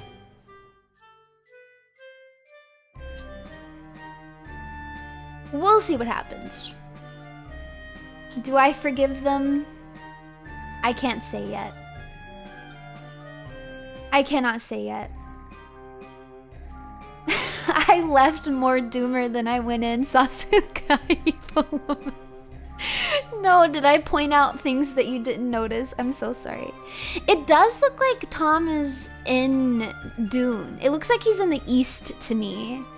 I've seen people throw around the idea that this is like his summer home, which I think is kind of goofy.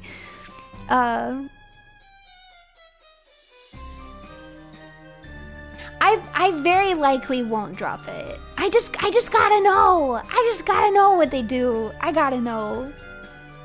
I didn't mention at all the like cult stuff that you see, cause I don't know what they're doing with that.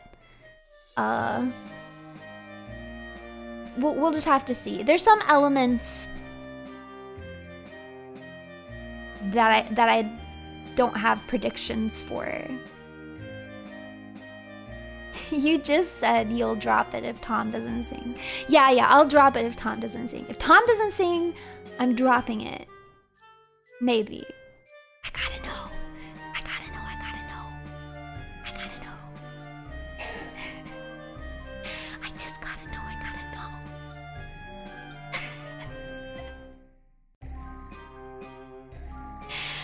The casting in the original trilogy is fantastic. Not a miss. Not a single miss. I feel the same way about The Hobbit trilogy. Wonderfully casted, in my opinion. I was very, very happy.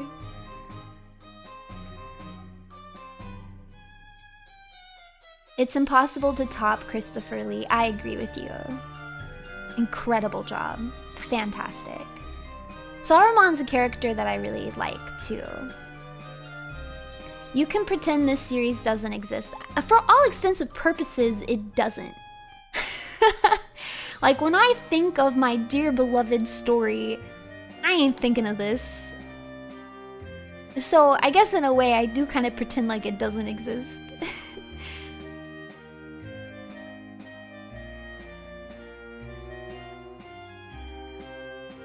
Have you heard this story about how it almost wasn't Viggo Mortensen?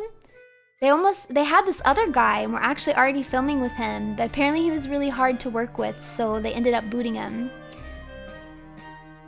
And everyone's like so happy about it because the situation turned out so perfect.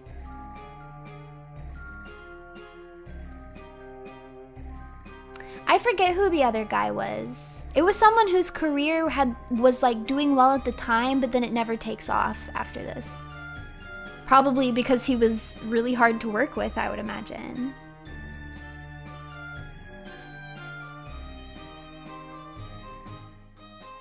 Rest in peace, Christopher Lee.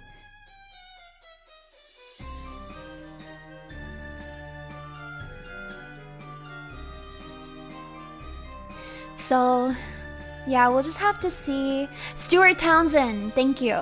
That's who it was. Ew, he was a vampire. I hate vampires. Disgusting. Disgusting.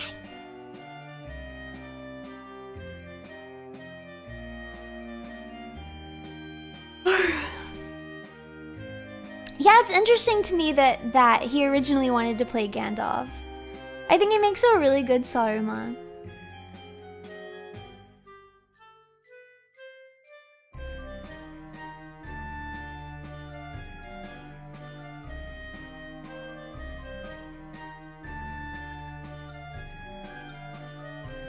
Even Lord Dracula, especially Lord Dracula, disgusting.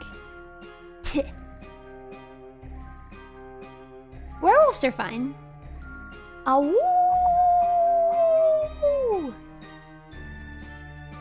I'm not a vampire. I'm not a vampire.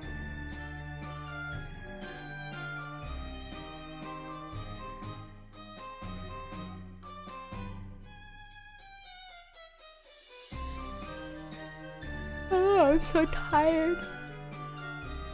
What happened to keeping the stream short? I actually genuinely did not think it would take this long to get through the trailer.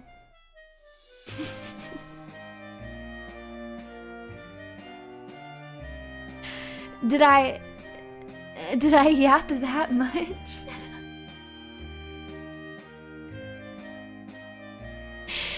Did I nerd out too much? Are there people in the chat who really don't know anything about Lord of the Rings and were just listening to me be a psycho? Shout out to you guys. That's amazing to me. That's amazing to me. The yap is too powerful. Actually, this was really nice. Like I was saying, I was having a really bad day. But I feel like the last few hours have just flown by and I've actually been having really fun. Thank you guys for indulging me and letting me letting me talk in depth about something that I love. It's crazy that I'm allowed to do this as a job. That's actually insane to me. So thank you. Only Runie can turn a 4-minute clip into a 2-hour stream. There was a lot to say. Honestly, there was more I could have said. There's more.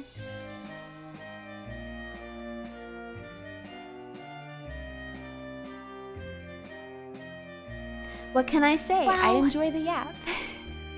I can't keep going though, I'm tired. I gotta work tomorrow.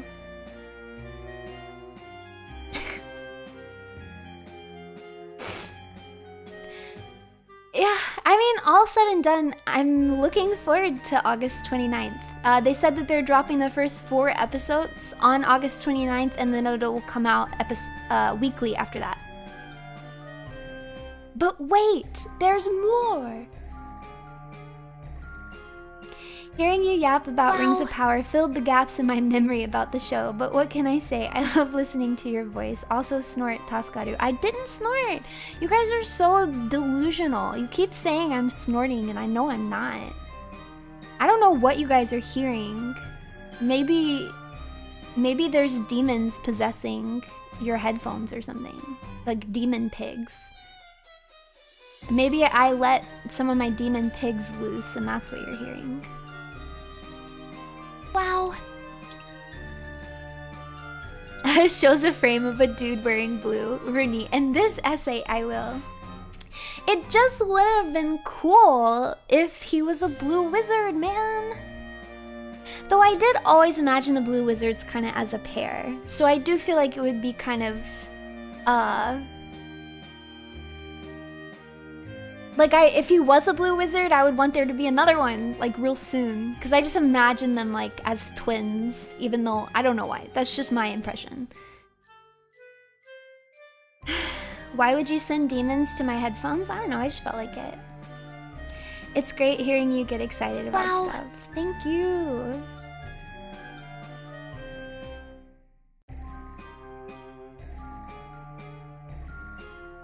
Buddy Cop Blue Wizard spinoff win? Question mark. I still maintain that I really wish in the first season that they would have made Halbrand become one of the kings that gets corrupted by Sauron. I think that would have been much more fun than making him Sauron. Whatever. It's over. We can't change it. I don't know why I keep thinking about it. There's nothing we can do. But, like, how cool would it have been if, like, that's the eventual Witch King? Like,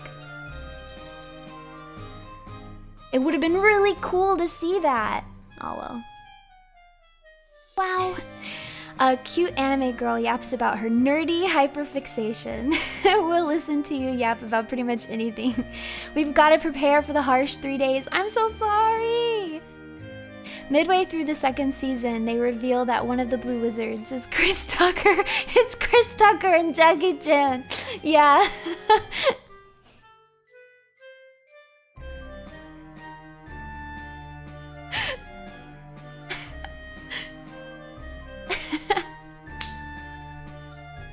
It's Rune Hour 4. I forgot you were into Lord of the Rings as much as I am. Hearing you yap about it is always enjoyable. Thank you! And thank you for 2 months of membership. Thank you!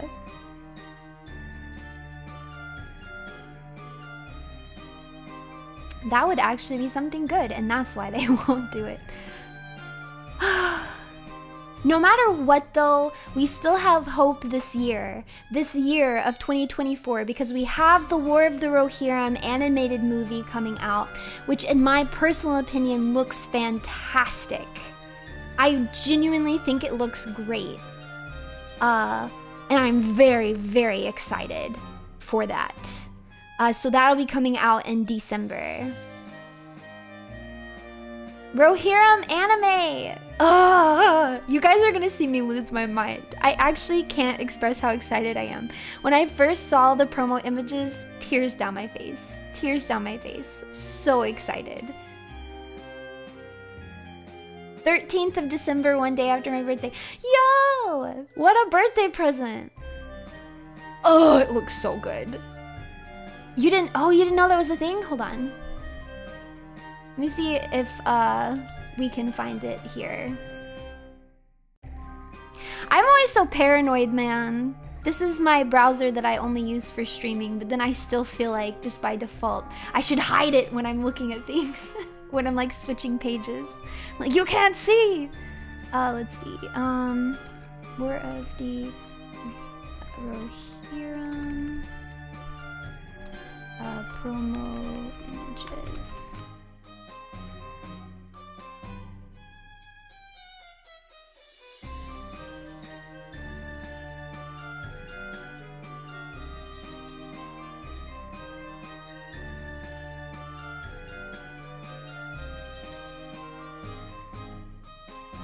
Oh my goodness, why are these so grainy? Why is it I look up promo images and all I get is stuff from Reddit? Bruh. Okay, whatever, I'm just gonna show you guys this.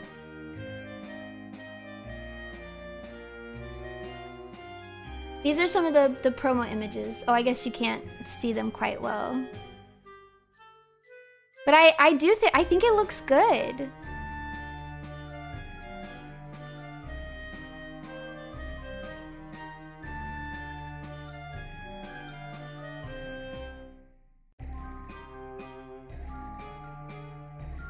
If I can... This one's so grainy.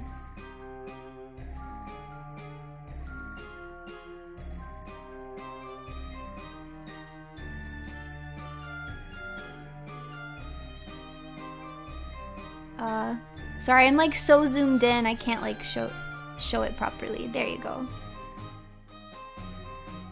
I don't know. I think it looks good.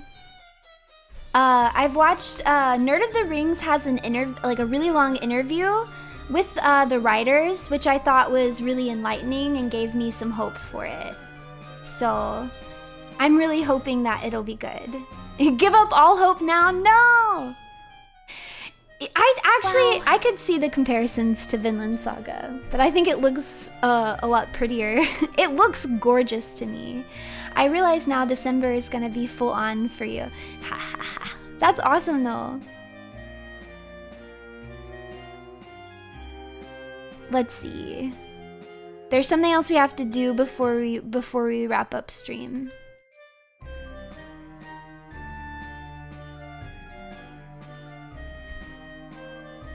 There's something we have to do.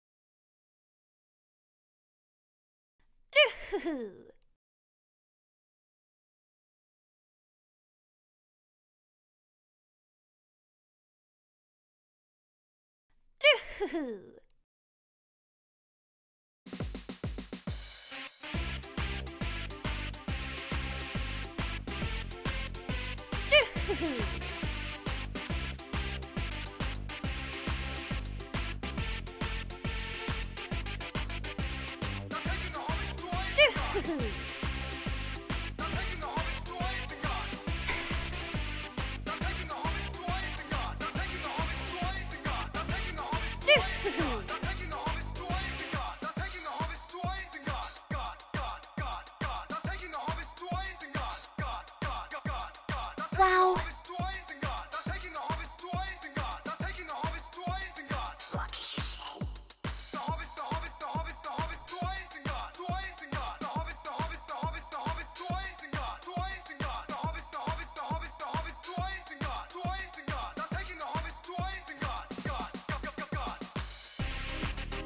Why does it go so hard? It's legitimately good. It's just legitimately good. It goes so hard. Tell me where is Gandalf, for I much desire to speak with you. Tell me where is Gandalf, for I much desire to speak with you. A Balrog of Morgoth. What do you say? A Balrog of Morgoth. What do you say?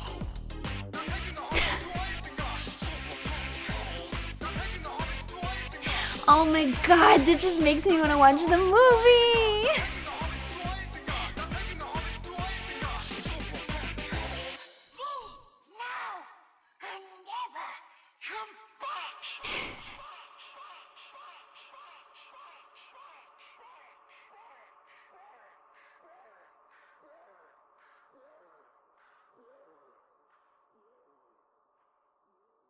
That was my Gollum impression.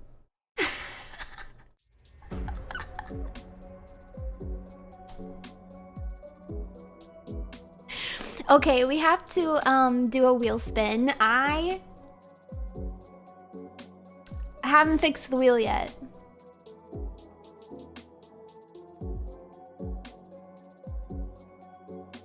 Oh, it started playing again. You guys can't hear it, but I can. Hold on, let me stop that. Okay. It's time to spill. It's time to spill the wheel of Speeb. I don't know what's happening anymore. Wow. Aw, that's just so bad. Now I have to let spill a little secret. That you're stupid.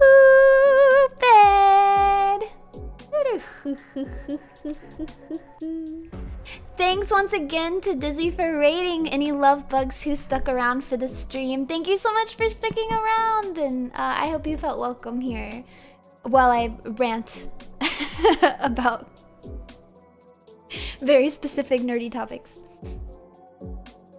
before Davy Jones, Smeagol was at the peak of a CG character technology, truly iconic. Yes, but really, she's taking our wheelspins to Isengard. I gave them to you. See? Moshi-san, thank you so much for the gifted subs. Thank you. I found my tambourine. Hold on, let me grab it.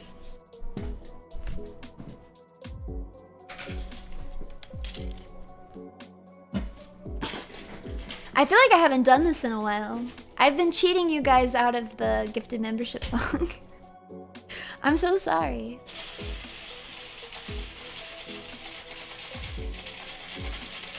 They're taking the hobbits to Isengard. They're taking the hobbits to Isengard. They're taking the hobbits to Isengard. No, I'm kidding.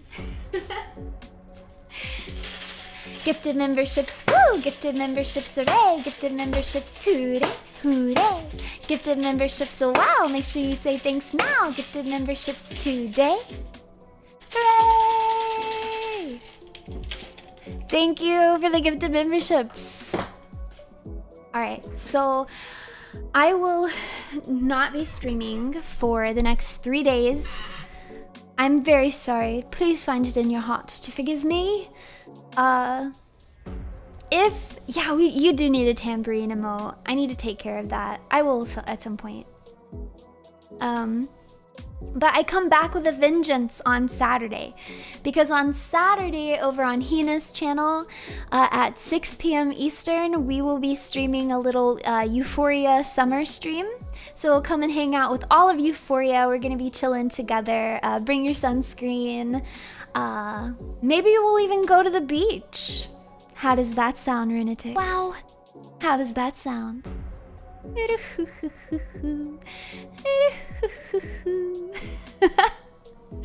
Day one, no Runie. Not yet, not yet. I'm still here for now.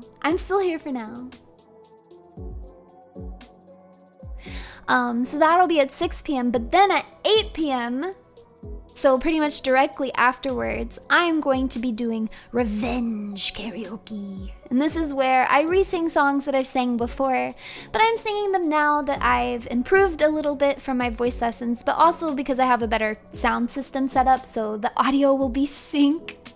Imagine that. And I won't be peaking the microphone, and hopefully the song sounds will be balanced.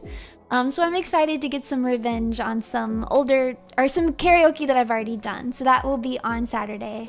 And then not very long later at all, I will be doing Rise and Ruse Runetics, and we will be trying Miss Dizzy Dokro's coffee.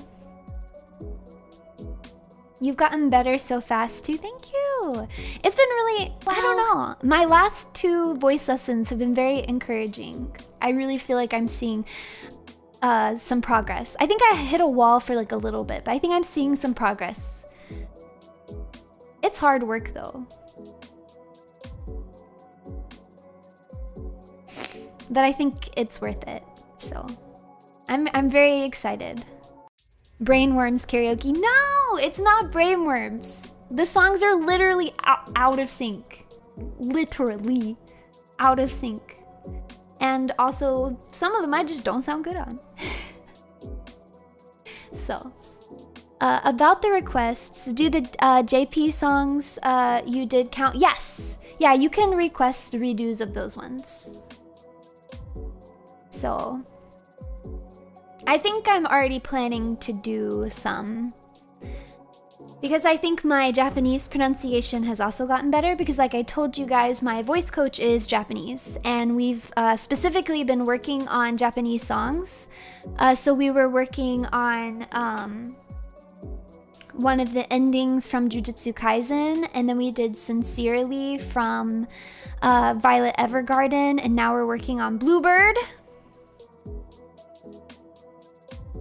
So I've been getting some instruction and help with pronouncing and singing in Japanese.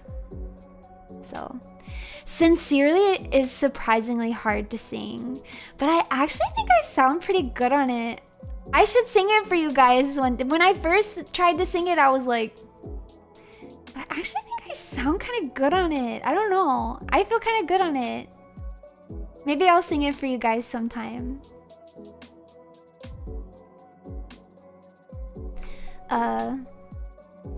So yeah. That'll be happening when I get back. So hold out for me.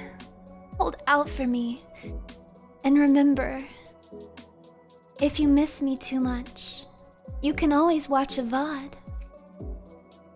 Also, stream Forbidden! Please stream Forbidden. I'm getting really close to 100,000 views, and I will be very excited. I will cry real tears. Dream come true for me, so please give it a stream if you can. You won't! Well, that's just rude and uncalled for. And you're the one missing out. Yeah, it'll be real women tears. Time to freeze myself until the bot pings me. No, don't cryogenically freeze yourself.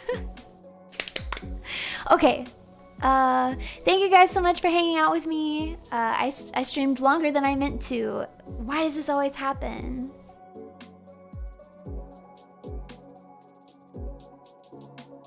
Oh, I also meant to tell you I have still been playing Blue Archive. I woke up early this morning to play Blue Archive. I discovered the sweep function. That's gonna save my life.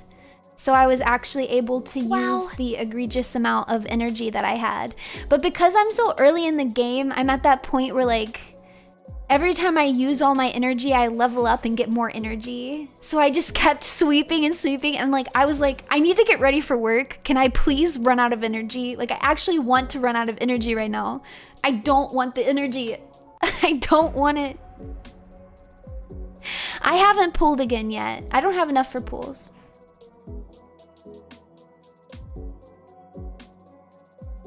So there's still a lot of little aspects of the game that I have to learn. But I'll figure it out. That's how they get you? Possibly. Anyways, okay, I really do have to go now. Good night, you guys. Ah, it's bittersweet. Oh, it's bittersweet. But I must say farewell. Give glory to the runes, for my love and affection is forever with you. That's right, forever. Tomorrow and Thursday and Friday, so don't forget it. And I'll see you Saturday. Bye bye.